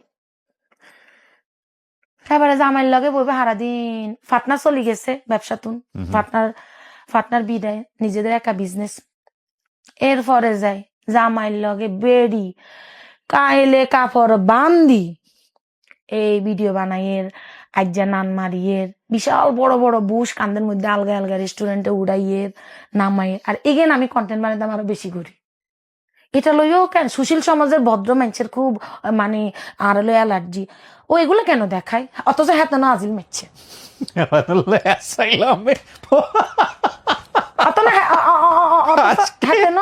হাতে না ভাইয়া, বুঝছেন নি?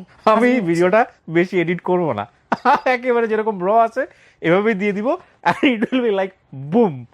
এমনিতেই উনি এখন সোশ্যাল মিডিয়াতে খুব আলোচনায় আছে। হিঙ্গানো কমো ভাইয়া, জীবন আমার হয়ে গেছে কিরকম জান, আমি বন্দি কারাগারে, আমার একদম মানে আছি গো মা বিপদে, আমি আসলে বিপদে আছি ভাইয়া, যেখানে সেখানে ভাইরাল।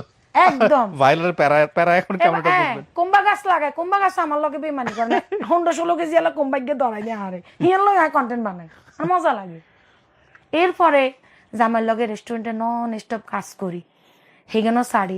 সুশীল সমাজের মানুষের কথা হচ্ছে বিদেশটা এত এত ইয়া না, এত কিছু রাখি কেন, দেখে কা এত দেয় তার না কিনলে আপনারা কি মানে সরকার আইসে দাও তোমাকে কাগজ দিয়ে দিছি, কার্ড লই চলে যাও, আপনি কষ্ট করেন না? তাহলে আমি কষ্টগুলো দেখালে আপনাকে সমস্যা কি? আপনাকে তো কোনো সমস্যা নেই। হেঁটো হেতাগো অ্যালার্জি কিলে দিয়ে তাও সত্যিকারের জিনিস দেয়। 5 বছরের ডিসেম্বরের মাথায় আমি সরকারকে ট্যাক্স দেওয়া শুরু করছি। মেতে যে ডিক্লেয়ার হয়েছে আমার কাগজ হয়ে গেছে, কিন্তু কাগজ আইয়ে না। ডিক্লেয়ার হয়ে বই গেছে মে জুন জুলাই, কাগজ আমার আইয়ে না ভাইয়া। কি আরে ডিক্লেয়ার হয়েছে কাগজ আইয়ে না, আর দেশে যাইতাম না। অগাস্টে যায় আমাকে এম্বাসি থেকে ফোন দেয়, যে ইমেল করছে, যে আমাকে আবার ফোনও করছে ভাইয়া এম্বাসি তুন ফোন করছে। তো ফোন করবার যে তোমার এত তারিখে ফিঙ্গার, তুমি ফিঙ্গার দিবা। ফিঙ্গার দিয়ে প্রথমে একটা আপনার এরকম কাগজ দেয়, যে কার্ডের যে কাগজ, এসে আমার কার্ডটা দিয়ে দিতাম না ঠিক আছে, আপনি বলেন। হ্যাঁ, এই কাগজ দেয়। এই কাগজ দিবার হরে তারপরে যে আপনার কার্ডটা হইতে কারো 15 দিন লাগে, কারো 3 মাস, মানে এটা হেগো ইচ্ছা সময় ধরি দেয় আর কি। কাগজটা যখন লইতাম গেছি না ভাইয়া, আমি খালি মানে হাইরে কাগজ তোর কারণে আমি কত কষ্ট করছি ফ্রান্সে। কত বছর পরে পাইলেন? 8 বছর পরে। 8 বছর পরে এই কাগজটা কি, মানে এটা কিসের কাগজ? কাগজ হচ্ছে আমার আমি হচ্ছি ওয়ার্ক পারমিট, যেটা ওটা পাইছি। মানে আপনি এখন ফ্রেন্স স্টে করতে পারবেন এবং ওয়ার্ক পারমিট পাবেন। হ্যাঁ, কিন্তু আমার কাজের উপরে থাকতে হবে। কাজে তুমি বাইরে আমার কাগজ নিয়ে যাবে যে কোনো সময়। কাজ আমি সরকারের কালে নিয়ে খাবাম। মূল বিষয়টা হচ্ছে আপনি ফ্রান্স এখন বৈধ। বৈধ। আগে ছিলেন এই 8 বছর ধরে বিভিন্ন সিস্টেমে ছিলাম। আপনার মতো অনেকেই এরকম। অনেকে আছে, অনেকে, কিন্তু কাগজ হয়ে যাবার হরে এখানে ভুলি যায়। আমি জীবনে ভুলতাম চাই না, আমি হারা জীবন মনে রাখবো। একটু লাইফ রিস্ক, অনেক রিস্ক। ধরেন আমার হাজবেন্ড ছিল, যার কারণে আমার একটা সেফ জোন ছিল। যাদের হাজবেন্ড নাই, বুঝেন ওই ধরনের আপুদের কত কষ্ট হয় না, ওই ধরনের ভাইয়াদের অনেক কষ্ট হয় না বলেন? অনেক কষ্ট তো, অনেক কষ্ট। ধরেন আপনি অনেক বাংলাদেশে অনেক ভালো একটা ফ্যামিলিতে বিলং করছেন, আপনি অনেক ভালো একটা চাকরি করতেন, কিন্তু আপনার মাথার মধ্যে বুঝছেন যে আপনি বিদেশ যাবেন। কাগজটা যদি না হয় ভাইয়া, আমরা থালা বাসন ধোয়াতুন শুরু করি সব করতে হবে। যেখানে আমার এখানে 2-3টা কর্মচারী আছে, আমি করছি না ভাইয়া। বাথরুম পরিষ্কার করছি, ঘর মুছছি, রেস্টুরেন্টের মাংস কাটছি দিনের পর দিন, 60, 70টা 100টা সিঙ্গারা বানাইছি, আপনার বিরিয়ানি বানাইছি। কাম করছি না, কাম তো আসলে লজ্জার কিছু না। মানে আমি উদাহরণ দিলাম, যদি একটা মানুষের কাগজ না হয় কত কষ্টের জীবন। তার উপরে মানুষের যখন কইতো আপনার তো কাগজ নাই, আপনাকে যদি কাজে কন্ট্রোল করে আপনাদের কিন্তু জরিমানা হবে। যে এই রাস্তা দিয়ে আঙ্গুর রেস্টুরেন্ট একদম রাস্তার লগে আসছিল, পুলিশরা আড়ি যায় রাস্তার উপরে সিপের তলে দিয়ে বই থাকতাম ভাইয়া, লাজা আমার না ধরে পুলিশ। মানে কতটা, অথচ স্যার আমি ইউটিউবিং করি, বিন্দাস ইউটিউবার। ভিতরের গল্প কে জানে। দেখে তো মনে হয় কত আনন্দে আছে। না আনন্দে নাই, আনন্দে নাই, আনন্দে নাই। এই কাগজের প্যারায় আমি 2022 অগাস্টের 16 তারিখে ব্রেন স্ট্রোক করি।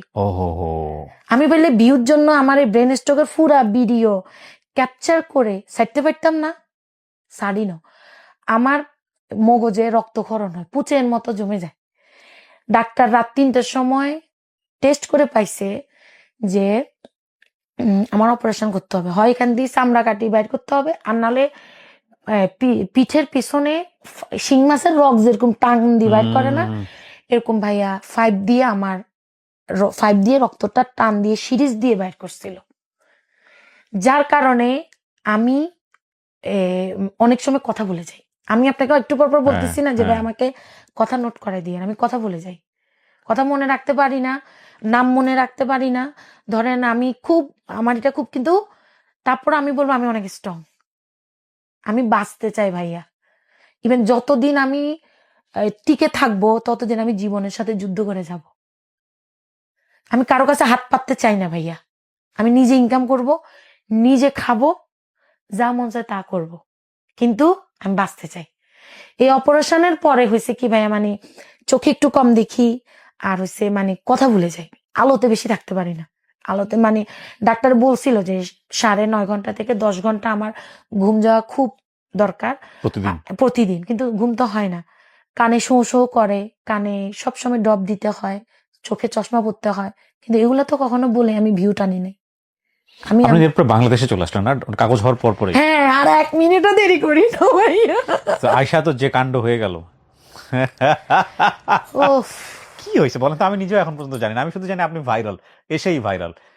ঘটনা হয়েছে কি ভাইয়া শুনেন, আমি যে ভিডিওগুলা বানাই হ্যাঁ আজকে 2019 থেকে এটা 2025, কত হ্যাঁ। বছর ভাই? 6 বছর না? হ্যাঁ আমার যারা আসলে 6 বছরের যারা একদম আমার বিগ ফ্যান, যারা আমাকে একদম কাছ থেকে জানছে, তারা কিন্তু আমাকে নিয়ে একটা কমেন্টস করে নাই, কারণ তারা আমার রেগুলার ভিডিও দেখছে, তারা বোঝে আপনাকে, তারা টেস্টটা বোঝে। বোঝে।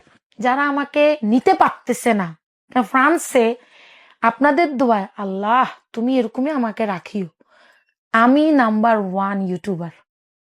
আমাকে ফ্রান্সে এখন অব্দি আমি টিকে আছি, যেটা অনেকে নিতে পারতেছে না। আমার কত হয়েছে ভাইয়া, আমি যদি আপনি ঘৃণার মানুষ হই, আপনি কি করবেন? আমাকে নিয়ে কিছু লিখবেন? লিখবেন নি কোন? লিখতেন না। কিন্তু ঘৃণার মানুষ হলে মানুষ কেন লাগে? তার মানে হেতারাও চাই দুগা ফলোয়ার অডক। এটা তো টিকিট কাটলাম, আইফোন কিনছি ভাইয়া, ওকে, আপনি এরকমই থাকেন সারা জীবন। হ্যাঁ বলেন please। নিজের টেনে দিয়ে আইফোন কিনছি। আমি বলছি দেখো জানে মন, আমি বাংলাদেশে যাবো, আমার অনেক ভিডিও বানাইতে হইব, হ্যাঁ আমি একখান আইফোন কিনি লই, আমি ভিডিও বানামো একদম জিয়ান, একদম হাইস্ট, তুমি আমাকে সেটা কিনে দাও, মানি ইজ নো প্রবলেম। কি লই এসি জানেননি? কোকা শ্যাম্পু আর কোকা চকলেট লই, আর কিছু চিন্তা না। আর ইয়ানে যত প্রমোশন হাইয়ের, মারে ইচ্ছা তরবে খাবামো, ভাই বোনদের ইচ্ছা তরবে খা, হ্যাডে অসুখ হয়ে যাক, দরকার হলে তোরে ওষুধ আবার খাবামো, তারপরে খা, 8 বছর তো করে লইতে খাইতে মারি ন, খা, আয় মরি যামো হাসরের ময়দানে। আর এই ভাই বোন আল্লাহ কথা কইব, আমার বাপ আল্লাহ কথা কইব, আমার মা আল্লাহ কথা কইব, খা মরি যা। এখন অনেককে ভাইয়া কইতে পারে হিটি খালি মা বাপের কথা কয়, হোর ভাইয়ের কথা কয় না। হোর বাইরে তো আল্লাহ দিছে ভাইয়া, হোর ভাই 4 একবার কিনি 20 বার বেচতে আসবো ভাইয়া। আমার এক গে ননসে 3-4 গে করে ঢাকা শহরে বাড়ি। আমার ভাসুর রে আল্লাহ কোটি কোটি টিয়ার মালিক করছে ভাইয়া, হোর বাইলে তো আর টেনশন নেই। আমার তো বড় ভাই নেই, আমার শ্বশুর বাড়িতে মানে আল্লাহ দিছে ভাইয়া, মানে আল্লাহ গুন্ডে মনে করেন ঢালি ঢালি দিছে ভাইয়া টিয়া হইসা। আমি অনেক লাকি যে আমার শ্বশুর বাড়ি থাকে না ভাই, এটা একটা স্বপ্ন থাকে, বিয়েই করছি যে আমার শ্বশুর বাড়িতে অনেক পশ, এখানে এই জন্য বুঝছেন নি ভাইয়া, মানে ভাল লাগে না যে হ্যাঁ আমার ভাসুর রাজুকের ইঞ্জিনিয়ার, হ্যাঁ আমার ননার এরকম বলতে খুব ভালো লাগে। ওকে, আমার ননা সচিবালয়ে জব করে, কইতে আর খুব ভালো লাগে ভাইয়া, বুঝছেন? মানে মাশাআল্লাহ আলহামদুলিল্লাহ আমার শ্বশুর বাড়ির লোকজন না ভাইয়া কয়জন, আর বাবের বাড়ির মধ্যে বড় ভাই তো নাই, হয়তোবা বড় ভাই যদি থাকতো, আমার বড় ভাই হয়তোবা আমার মারে দেখতো, আমি বড় ভাই, আমি মনে করি আমার মার ছেলে হচ্ছে আমি, এই মারে যদি আমি না খাবাইতাম হারি, আমি হইতো দিন আমার মারলে গান গাই, মা গো তোমার মতো হলয় না কে হো, আমায় বুকে হেটানি আদর কইরা, আমি গাই মারে দড়ি দড়ি গাই, আমার ভাল লাগে। ওরে মায়ের কান্দনে যাবতে জীবন, 2-4 মাসে বোনের কান্দন রে, ওরে ঘরের পরিবারের কান্দন কয়দিন পর আর থাকে না, দুঃখের দরদি মা জনম দুঃখিনী মা, দুঃখের দরদি আমার জনমে দুঃখী মা। আমি করুম ভাইয়া, হারা জীবন করুম, মা যদি থাকে ভাইয়া মা সেবা করেন, বদুয়া মানে দোয়া হাইবেন ভাইয়া, আর কিছু হানান না হান। মানে আরে কয় এ হিতি না আসে, হিতি সরম আসেনি, আই যদি নাসিও আন মারে খাবাই তো, অনেক মা বৃদ্ধাশ্রমে আসে না, হুজি যদি ভালো হইতো হে সন্তানের মাকে বৃদ্ধাশ্রমে থাকতো ভাইয়া। আই তো গরিব মানুষ, আই তো আমার মারে খাবাই, আমি নাসি খাবাই, আমি নর্তকীয়ই খাবাই, আমি চামড়া বেশি খাবাই। অনেকে আমারে বলে ভাই আমি ভিডিও বানাই, চামড়া বেশি খাই, নর্তকী, অনেক কথা বলে ভাইয়া, খাবাই তো মারে তো খাবাই, আমি তো কারোর উপরে মানে ভর করি নাই ভাইয়া, আর থাকবো না আলহামদুলিল্লাহ ভাইয়া। বাংলাদেশে আইসি ভাইয়া, ব্যাগের মধ্যে একখান পতাকা লইয়া আসি ভাইয়া, যে এয়ারপোর্টে একখান সুন্দর করে পতাকার দড়ি ছবি তুলো। যেতে ল্যান্ড করছি না ভাইয়া, হেতে এত বেশি লোকজন নাই। আর বুঝছেন নি ভাইয়া, পতাকা আন্দরি আর ছবি তোলা হইলো না। কন্টেন্ট ক্রিয়েটর তাঙ্গ তো মাথার মধ্যে হারা দিন গিজ গিজ করে কন্টেন্ট বানামো, তো স্বাভাবিক ভাইয়া, এটা আপনারও মনে যাইতো। আরে খেলা সেটেন গেলে পতাকা লই এনে করে ছবি তুলো, এটা দোষ করছি নি ভাইয়া, দোষ তো করি না। আপনি বাংলাদেশ ভালোবাসলেও দোষ, বাংলাদেশ ভালো না বাসলেও দোষ, আপনি ভাত খাইলেও দোষ, উপাস থাকলেও দোষ। কি যে একটা বিপদে আছি ভাইয়া, মানে বলার বাইরে। ইয়ার মধ্যে আমগো একটা টিভি চ্যানেল আর সাক্ষাৎকার লইছিল ভাইয়া, তাই একবারে পতাকা আনতে কইছি যে আমার ব্যাগের মধ্যে পতাকা আসিল। আসলে এখন আমি যেটা বুঝি, যে যখন আমি ভিডিও বানাবো একদম পাই পাই কইতে মানে এক্সকিউজ মি আপু, আপনি আদা দিতে ভুলে গেছেন। হ্যাঁ, আদার মধ্যে পানিটা দিতে ভুলে গেছেন। মানে বুঝলেন, মানে আমারে কতটা পুঙ্খানো ভাবে মানুষ চায়। পতাকা ধরে একটা ছবি তুলছিলাম ভাইয়া, ছবি টবি ভিডিও টিডিও করি তোরে আইলাম। এই যে অডিয়েন্সটা আমি কিউ দিয়ে দিছি, তাহলে আরে টোল করবো কেন ভাইয়া। হারা রাত ভাইয়া ফেলেনের মধ্যে ঘুম যাই খালি কতক্ষণে বাংলাদেশে যাম। আর একখানে হরর জানালে দিয়ে বইটা মারি না ভাইয়া, সিট হচ্ছে মাঝখানে। জানালে দিয়ে সাইতেও হারিয়েন না, খুব ইচ্ছা ছিল। ওই যে গানিক গেছে না, ওই ইনস্টাগ্রামে থাকে না, ওই বেবি আনা ডনা করে গাছে ফেলেনগঞ্জ যায়, হেচ্ছাখান ভিডিও বানামো, মেলা ইচ্ছা ছিল, হিয়ানো বানাইতে মারি না। এরপরে তো যাক ট্রানজিট হয়েছে জেদ্দাতে। জেদ্দাতে বেগুনটা দে শুরু হয়েছে, আপনি কন্টেন্ট ক্রিয়েটর না, আপনি টিকটক বানান না। মাগো আরে এত মানুষ চিনে, লগে লগে মাস্ক চিন্দিয়া লেছি ভাইয়া। মাস্ক চিন্দি চুপচাপ বসে রয়েছে, লগে আনাক গে ছোট বোন হিটি জামাই আবার পাইলট, হিটিও আছে। অনেক গেলে একটু পর পর মজা করে, হিটি জামাইও মজা করে। ও তুমি তো অনেক ফেমাস, খুব ভালো লাগতেছে, সবাই তোমার দিকে তাকায়, দূরে চুপ থাক, কথা কইছে। অনেক জানতো ভাইয়া বাংলাদেশের নামি যে আমি এত বড় একটা জুতার বাড়ি খামো, এটা তো আমি চিন্তা না ভাইয়া। আমি খালি কই চুপ থাক, কিছু করছে চুপ থাক, মাতিচ্ছা কিছু করছে চুপ থাক। ভাইয়া সিট হচ্ছে আর দুই প্রবাসী বাইর লাগে, দোনো ভাই নন স্টপ টিকটক স্যার ভাইয়া। আর আমি জানালি এমনি বলেছি মাস্ক আর হিন্দি, মাস্কও খুলতে মারিয়েন না ভাইয়া। একটু পরে বলে কি, আপু আপনি রেহানা রাখিনো, আপনি টিকটক করেন না?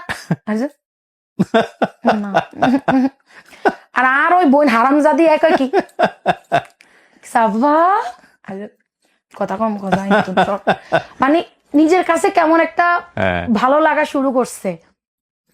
কে জানতো আমার কোয়ালে যে আসতে দিন ধরি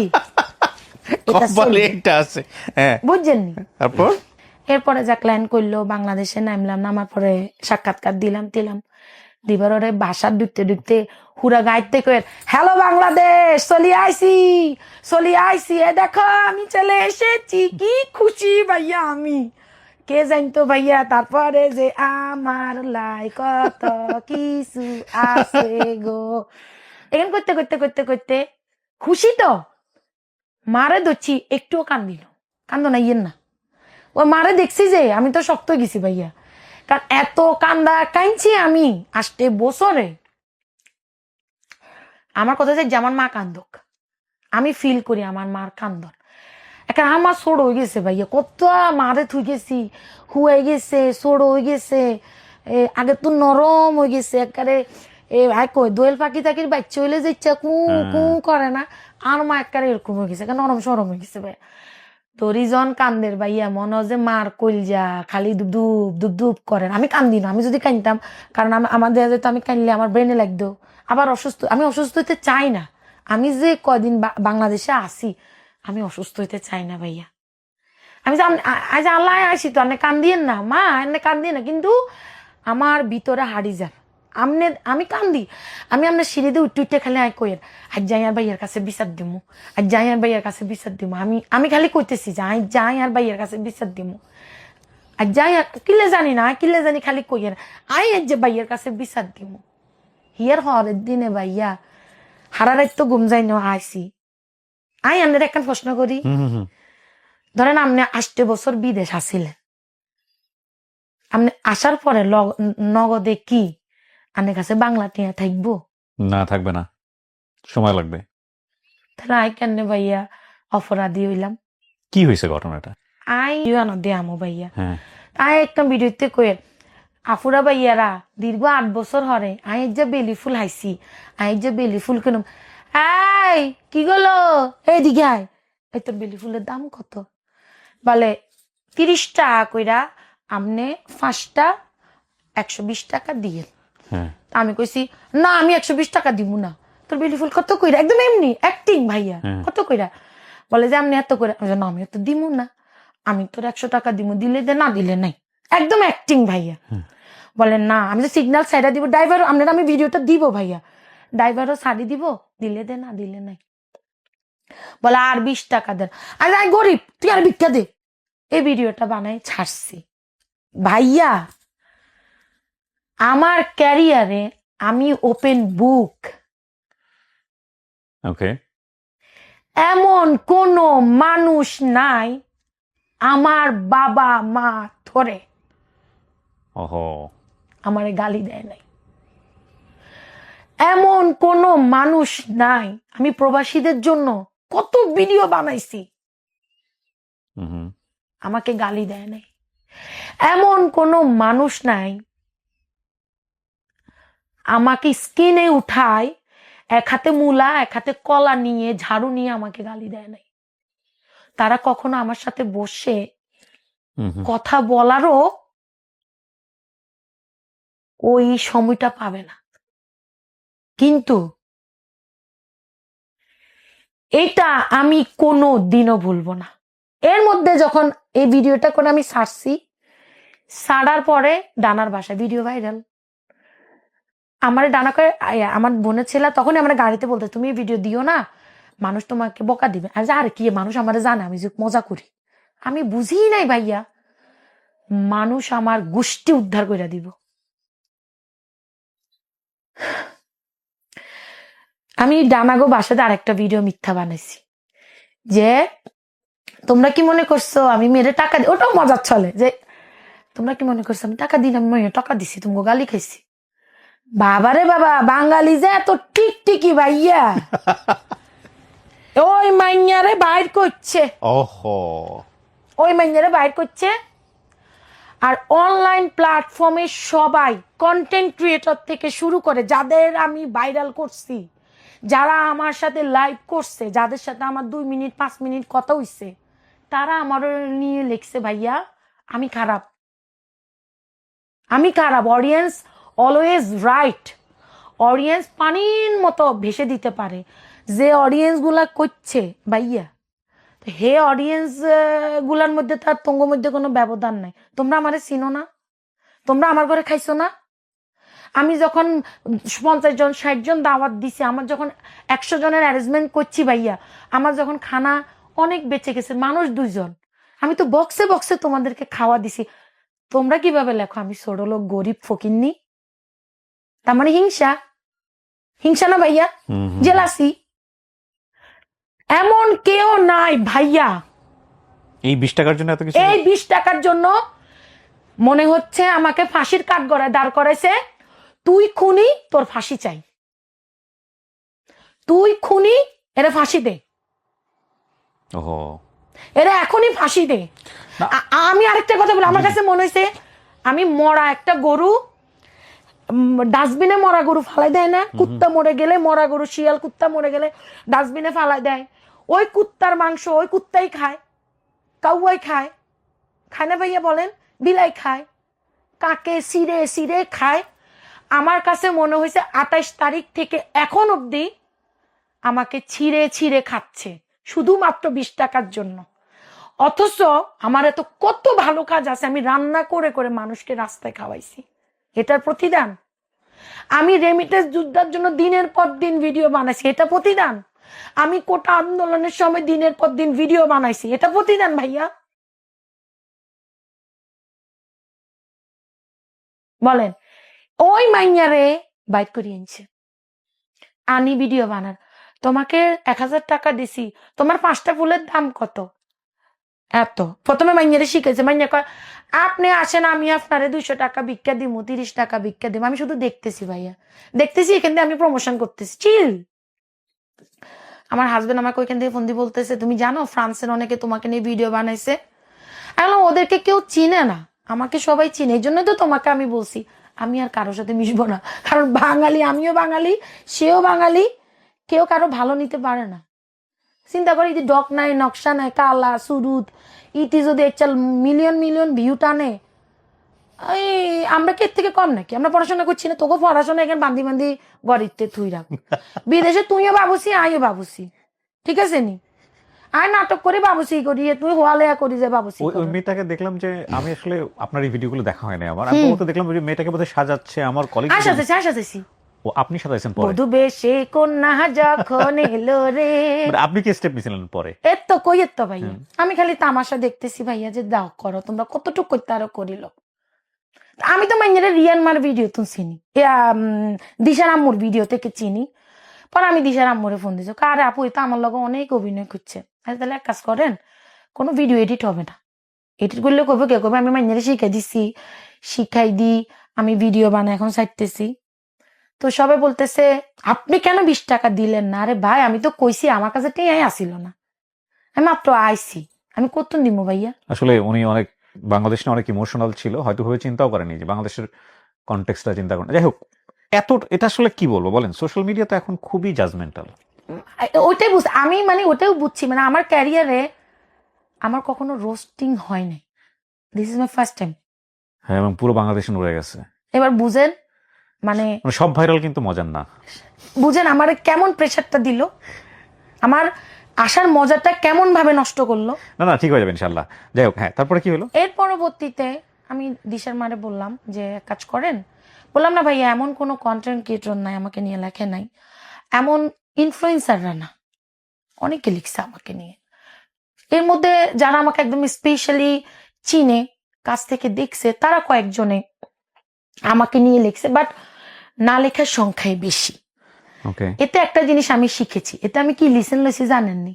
সবাই তোমার বন্ধু হয় না। না ডেফিনেটলি না, সম্ভব না।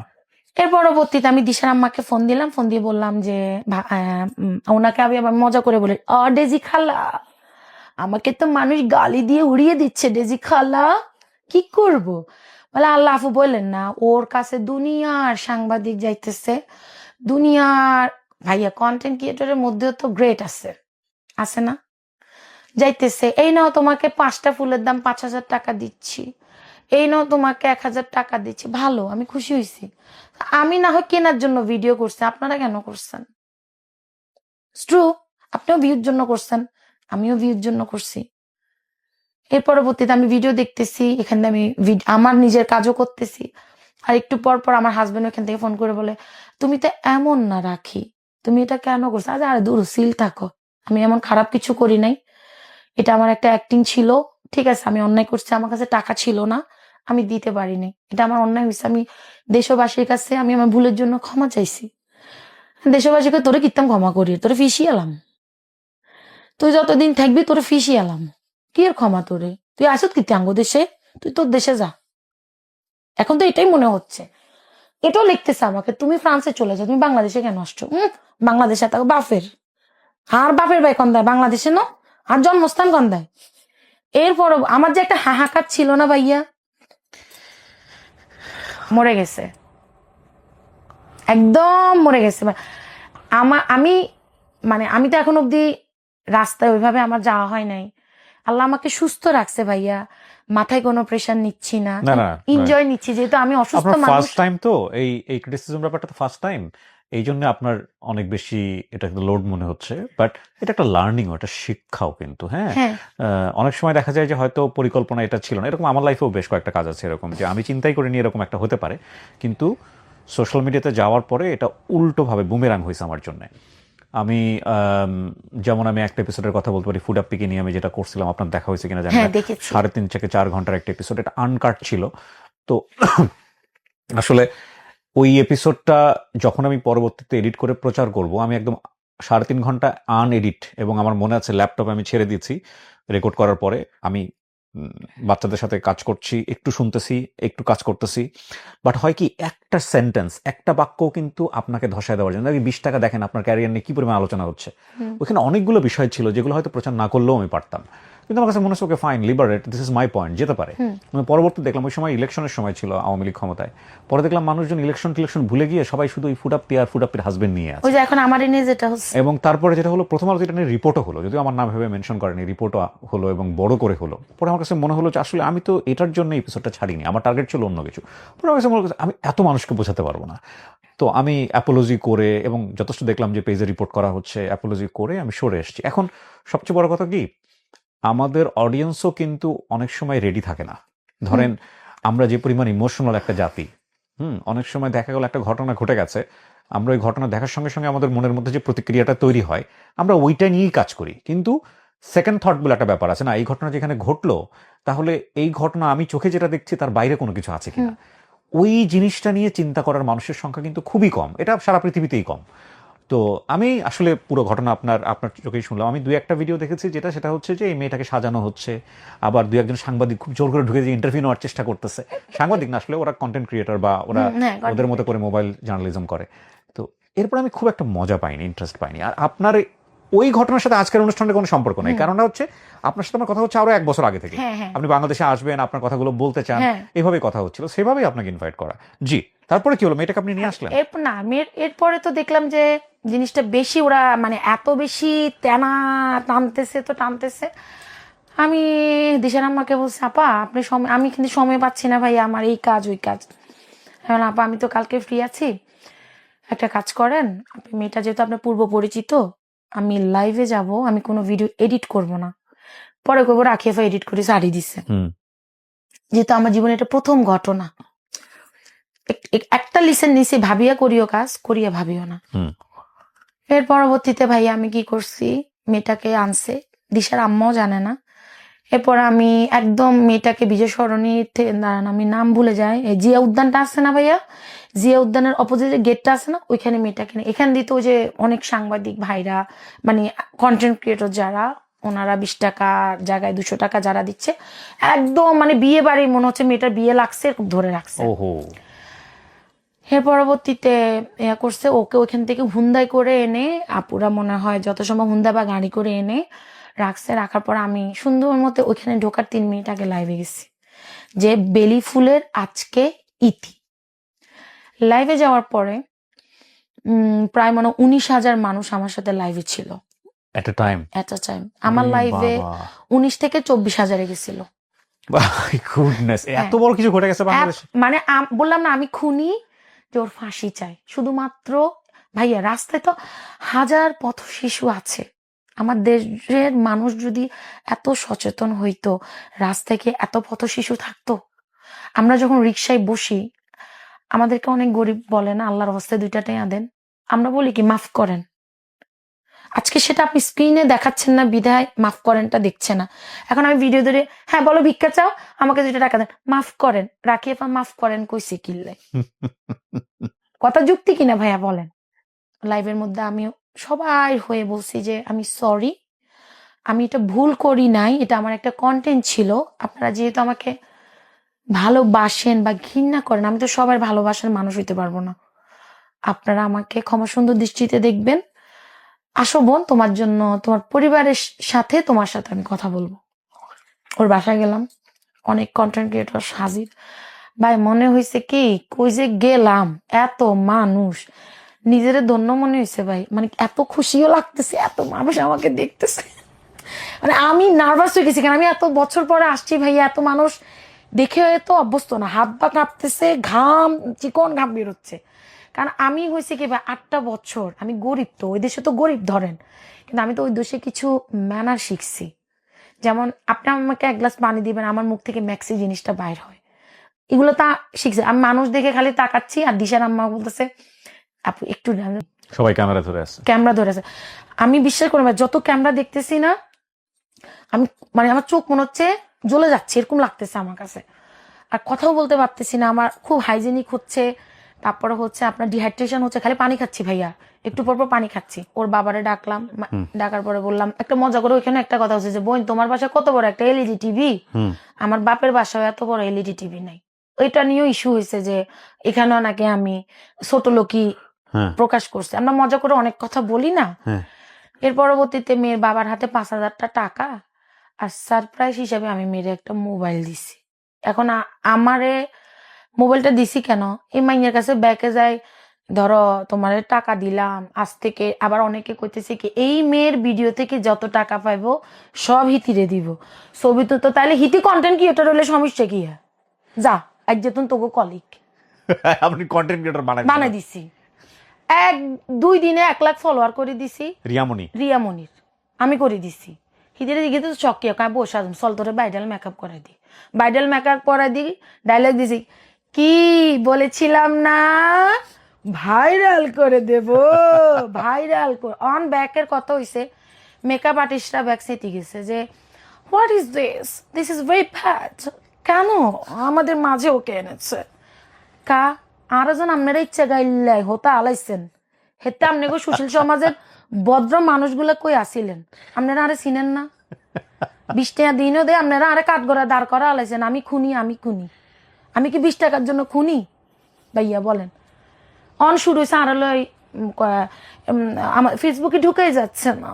ও মাই গড, সবাই খালি রিয়ামনি রাখি বইটা কেন করছে কন্টেন্ট ক্রিয়েটর। তাহলে এই মাইয়ারা দিয়ে যদি আপনি কইতেন হারেন এই টাকা থেকে যা পামু হিতিরে দিমু, এত মানুষ রিয়ামনির আরে গাইলাইলেন, তো রিয়ামনির দিয়ে আপনারা এতগুলো ডলার কামাইবেন, তাও মাসের শেষের দিকে 12 টাকা কামাইছেন।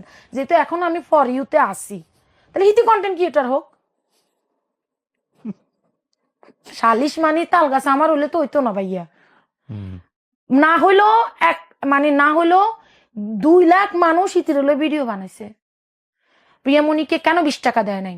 রাখিকে জুতা পিটা করো, রাখিকে মামলা দাও, রাখিকে বাঁশ দাও, একদম এমনে ভাইয়া। কত বিচ্ছিরি কথা। স্মার্টদের কথা তো অন্যভাবে দেখাইলামই। তাইলে এখন এতজন যেহেতু প্রতিবাদ করছে, আমার প্রশ্ন আমনের মাধ্যমে 2-3 জন ওই যে মানবতার ফিডিওলা ভাইয়া দিছে, আমি মানি। সবাই তো আমার মতো ভিউ টানার জন্য, ডলার কামানোর জন্য কন্টেন্ট বানাইছে ভাইয়া। তাহলে সে কন্টেন্ট ক্রিয়েটর হলে আর আপনার কারো তো সমস্যা হবার কথা না। সে কলিগ, সে মেকআপ আর্টিস্ট না, তার শখ থাকতে পারে। তার মানে এখন আপনারা তার ইনসাল্ট করতেছেন যে কেন মেকআপ করছে সে। তার মেকআপ করার দায়িত্ব আমার না। আমি মোবাইল না দিয়ে কেন তারে বই দিলাম না? যদি হিতিরে বই দি, হিতির বয়স কি 12 বছর হইতো ভাইয়া? হিতির বাপ মা যদি হিতিরে হুয়াইতো, হিতির বয়স তাহলে তো হিতি হন 12 বছরে কম ক্লাসে থাকতো, 6-এ থাকতো না? তাহলে আন্না আরেক কর, হিতির বাপ মাই তো হিতিরে কোনোদিন হুয়াই না। তারপর আমি জিজ্ঞেসি বোন তুই হইবি, হইতাম না। ইয়ে না দোষ। হিতিরে 7 দিনের একটা ইভেন্টে দিছি, প্রত্যেকদিন হিতি 1600-1700 টাকা করে ইনকাম করে। অনেকে হিতির মধ্যে যে মেকআপ দিছি হিতির স্কিন নষ্ট হয়ে যেত না, তো হিতি যে রোদের মধ্যে দাঁড়ায় হুল বিক্রি করে, হিতির মেকআপ নষ্ট হয়ে জানো? এক রিয়ামনিল্লা আমনে গো সবাই আমারে দুইয়া লাইলেন, হারপিক দি, জেড পাউডার দি, 2 তামা করে 1000 রিয়ামনি রাস্তায় হয়ে রয়েছে। কয়জন রিয়ামনি গুলো আমনে গো প্রাণ কান্দের। আর যে রাখিয়া পারে ভাইরাল দেখি ব্যাকে হিসিয়ে লাইছেন। আপনি অনেক বোল্ড ভাবে বলেছেন। আমি এখানে একটা কথা বলি আপনাদেরকে, আজকের এই ভিডিওটা অনেক বড়। আমি যখন এটা রেকর্ড করেছি সে রাতেই আমি এডিট করে এটা ছাড়ছি, বিকজ আমার কাছে মনে হচ্ছে রিসেন্ট ইস্যু, এবং আমি আসলে রিসেন্ট ইস্যু নিয়ে খুব একটা ইম্পর্টেন্স দেইও না আমার কন্টেন্টের জায়গাটা থেকে। তারপর আমার কাছে মনে হয়েছে যে সাম্প্রতিক সময়ে বিষয়গুলো যেহেতু অনেক প্রাসঙ্গিক, ওনার জায়গা থেকে বলা, এবং এই ওনার কন্টেন্টের জায়গাটা থেকে শুধুমাত্র না, অনেক সময় অযাচিতভাবে আমরা অনেক কিছু নিয়ে এটাকে বলবো আনইনটেনশনালি ভাইরাল হয়ে যাই। সেটাতে হয়তো উদ্দেশ্য থাকে অন্যরকম, কিন্তু আমরা বোঝাতে পারি না, এবং সেই জায়গা থেকে এই যে ক্রিটিসিজমগুলো আসলে অনেক ধরনের ইম্প্যাক্ট তৈরি করে। তবে আমি যে কথাটা বলতে চাচ্ছিলাম, এই ভিডিওর কোনো অংশ আপনি যদি 1 মিনিটের জন্য কেটে নেন, 1.5 মিনিটের জন্য কেটে নেন, 2 মিনিটের জন্য কেটে নেন, বিশেষ করে ফেসবুকে এই টেন্ডেন্সিটা খুবই প্রবল। যারা এটা কাটলে এই ভিডিওর যদি ওনার কোনো অনেকগুলো বিষয় এখানে কথা বলেছেন, কেটে কুটে আপনারা ডিফারেন্ট মিনিং দাঁড় করাতে পারবেন। টিকটক থেকে শুরু করে সব কটা সোশ্যাল মিডিয়া প্ল্যাটফর্মের জন্য আমি একটা একদম স্পষ্ট ভাষায় বলে দিচ্ছি, যতদিন সময় লাগুক, যেভাবে সময় লাগুক, আমি প্রত্যেকটাকে কপিরাইট দিব। সুতরাং দয়া করে এই ভিডিওর কোনো অংশ, পার্টিকুলার অংশ কেটে নেবেন না, কারণ পুরো ভিডিও মিলে যে অর্থটা দাঁড়ায়, পার্টিকুলার কোনো অংশ কেটে নিয়ে আপনি যদি ইন্টেনশনালি ওনার কথাগুলো ব্যবহার করতে চেষ্টা করেন, তাহলে ওনাকে কিন্তু অনেকভাবে ক্রিটিসিজমের মুখোমুখি করা যাবে। সুতরাং এই কাজটা দয়া করে একেবারেই করবেন না, এই ভিডিওর ক্ষেত্রে একেবারে পার্টিকুলারলি না। রাখি আপা, আমি ধন্যবাদ জানাই যে আপনি কষ্ট করে আসছেন, এবং আয়শা আপনি মন খুলে কথাগুলো বলছেন। আপনাকে এখন হালকা লাগতেছে? হ্যাঁ, অনেক ওকে মানে মনে করবে আর আমের মনে পরিসঙ্গ মনে এই কন্টেন্ট না না না না অনেক আগে থেকে অনেক আগে আমি থেকে চাইলে ফেসবুকে স্ক্রিনশটও দেখাইতে পারবো হ্যাঁ যে উনি বাংলাদেশে আসছেন। কিন্তু এই ঘটনার পরে ভাইয়া আমি জীবনে কান ধরছি ভাইয়া, আমি দরকার হলে উপাস থাকবো, তারপর কারোর বলবো না আমাকে 1 প্লেট ভাত দেন। আমরা অনেক ভয়ঙ্কর ভাইয়া, অনেক ভয়ঙ্কর। হ্যাঁ আমরা জাতি হিসেবে খুবই ইমোশনাল জাতি, ব্যাপারে কথাটা সত্য, কিন্তু সবসময় একটা কথা মনে রাখতে হবে, আমরা এই ঘটনার প্রেক্ষাপটে বলছি না, এটা আমার নিজের জীবনের সেলফ লার্নিং থেকে বলছি, এবং আপনারাও অনেক সময় চিন্তা করে দেখবেন যে কোনো ঘটনা আপনার সামনে ঘটে যাওয়ার সঙ্গে সঙ্গে মনের ভিতরে যে আবেগটা উদয় হয়, এটা সায়েন্স বলছে ম্যাক্সিমাম ক্ষেত্রে ওই ইমোশনটা রাইট থাকে না। কারণ ঘটনার পেছনের ঘটনা বোঝার জন্য আপনাকে একটু সময় দিতে হবে। সময় দিয়ে বিচার করলে আপনি দেখবেন আপনি যেটা চিন্তা করছেন তার বাইরে সেকেন্ড থট গ্রো করবে, এবং সেকেন্ড থটটা অনেক সময় আপনাকে রাইট ডিসিশন নিতে বাধ্য করবে। আপনি হয়তো একটা গালি দিয়ে চলে গেলেন, যে কোন একটা ভিডিও দেখেছেন, খুব বাজেভাবে একটা গালমন্দ করে আপনি চলে গেলেন, ইভেন এই ভিডিওর নিচে হয়তো অনেকেই অল্প একটু দেখে গালমন্দ করে চলে গেছেন, আপনি হয়তো চিন্তাও করবেন না যে কাকে গালি দিয়েছেন, কি করেছেন, আপনি জানেনও না, এটা আপনার স্বভাবের মধ্যে হয়তো বা পড়ে। কিন্তু এই গালিটা যে লোকটা কাজ করে যাচ্ছে তার জন্য কত বড় ডিমোটিভেট হতে পারে, তার জন্য কত বড় মানে ফ্রাস্ট্রেশনের কারণ হতে পারে, ডিপ্রেশনের কারণ হতে পারে। সবসময় আসলে ফাইট করা যায় না, কারণ আপনারা যখন ভালো কিছু লেখেন, আপনারা যখন মানুষকে উৎসাহ দেন, সেটা কিন্তু আমাদের জন্য অনেক গুরুত্বপূর্ণ হিসেবে কাজ করে পরবর্তী ভিডিও তৈরি করার জন্য। যার মধ্যে সম্ভাবনা আছে তার সম্ভাবনা নষ্ট করে দেওয়ার মতো ক্রিটিসিজম করা, এটা কিন্তু অনেক বড় একটা অন্যায়। রাকেবা, আপনার জন্য অনেক দোয়া, অনেক ভালোবাসা। আমি এখানে একটা কথা বলি ভাইয়া, এটা আপনি কাইটেন না প্লিজ। হ্যাঁ কাটবো না, বলেন। আমার মধ্যে কি আসলে কোনো প্রতিভা আছে ভাই? সেটাই বলতে চাচ্ছিলাম, আপনি আমার মতো মানুষকে 2-2.5 ঘন্টা ধরে রেখেছেন এখানে, এবং আমি আপনার গল্প শুনে পুরো দুনিয়া ব্লাঙ্ক করে দিয়ে আমি হেসেছি। সো আমি আপনাকে এটাই বলতে চাচ্ছি যে আপনি এরকম থাকেন সারা জীবন, ঠিক আছে, মাটির কাছাকাছি থাকেন, ভালো মন্দ মিলায়ে থাকেন, আপনি কখনোই পশ হয়েন না, আপনার টাই আপনার পশ, ঠিক আছে, এরকমই থাকেন, এবং আপনি অসাধারণ মাপের মানুষ। হ্যাঁ, আপনার জন্য অনেক দোয়া থাকবে আমার কাছ থেকে এবং আমার অডিয়েন্সের কাছ থেকে। প্রিয় দর্শক এবং শ্রোতা, আমরা শেষ করছি আজকের এপিসোড। যারা এতক্ষণ ধরে দেখলেন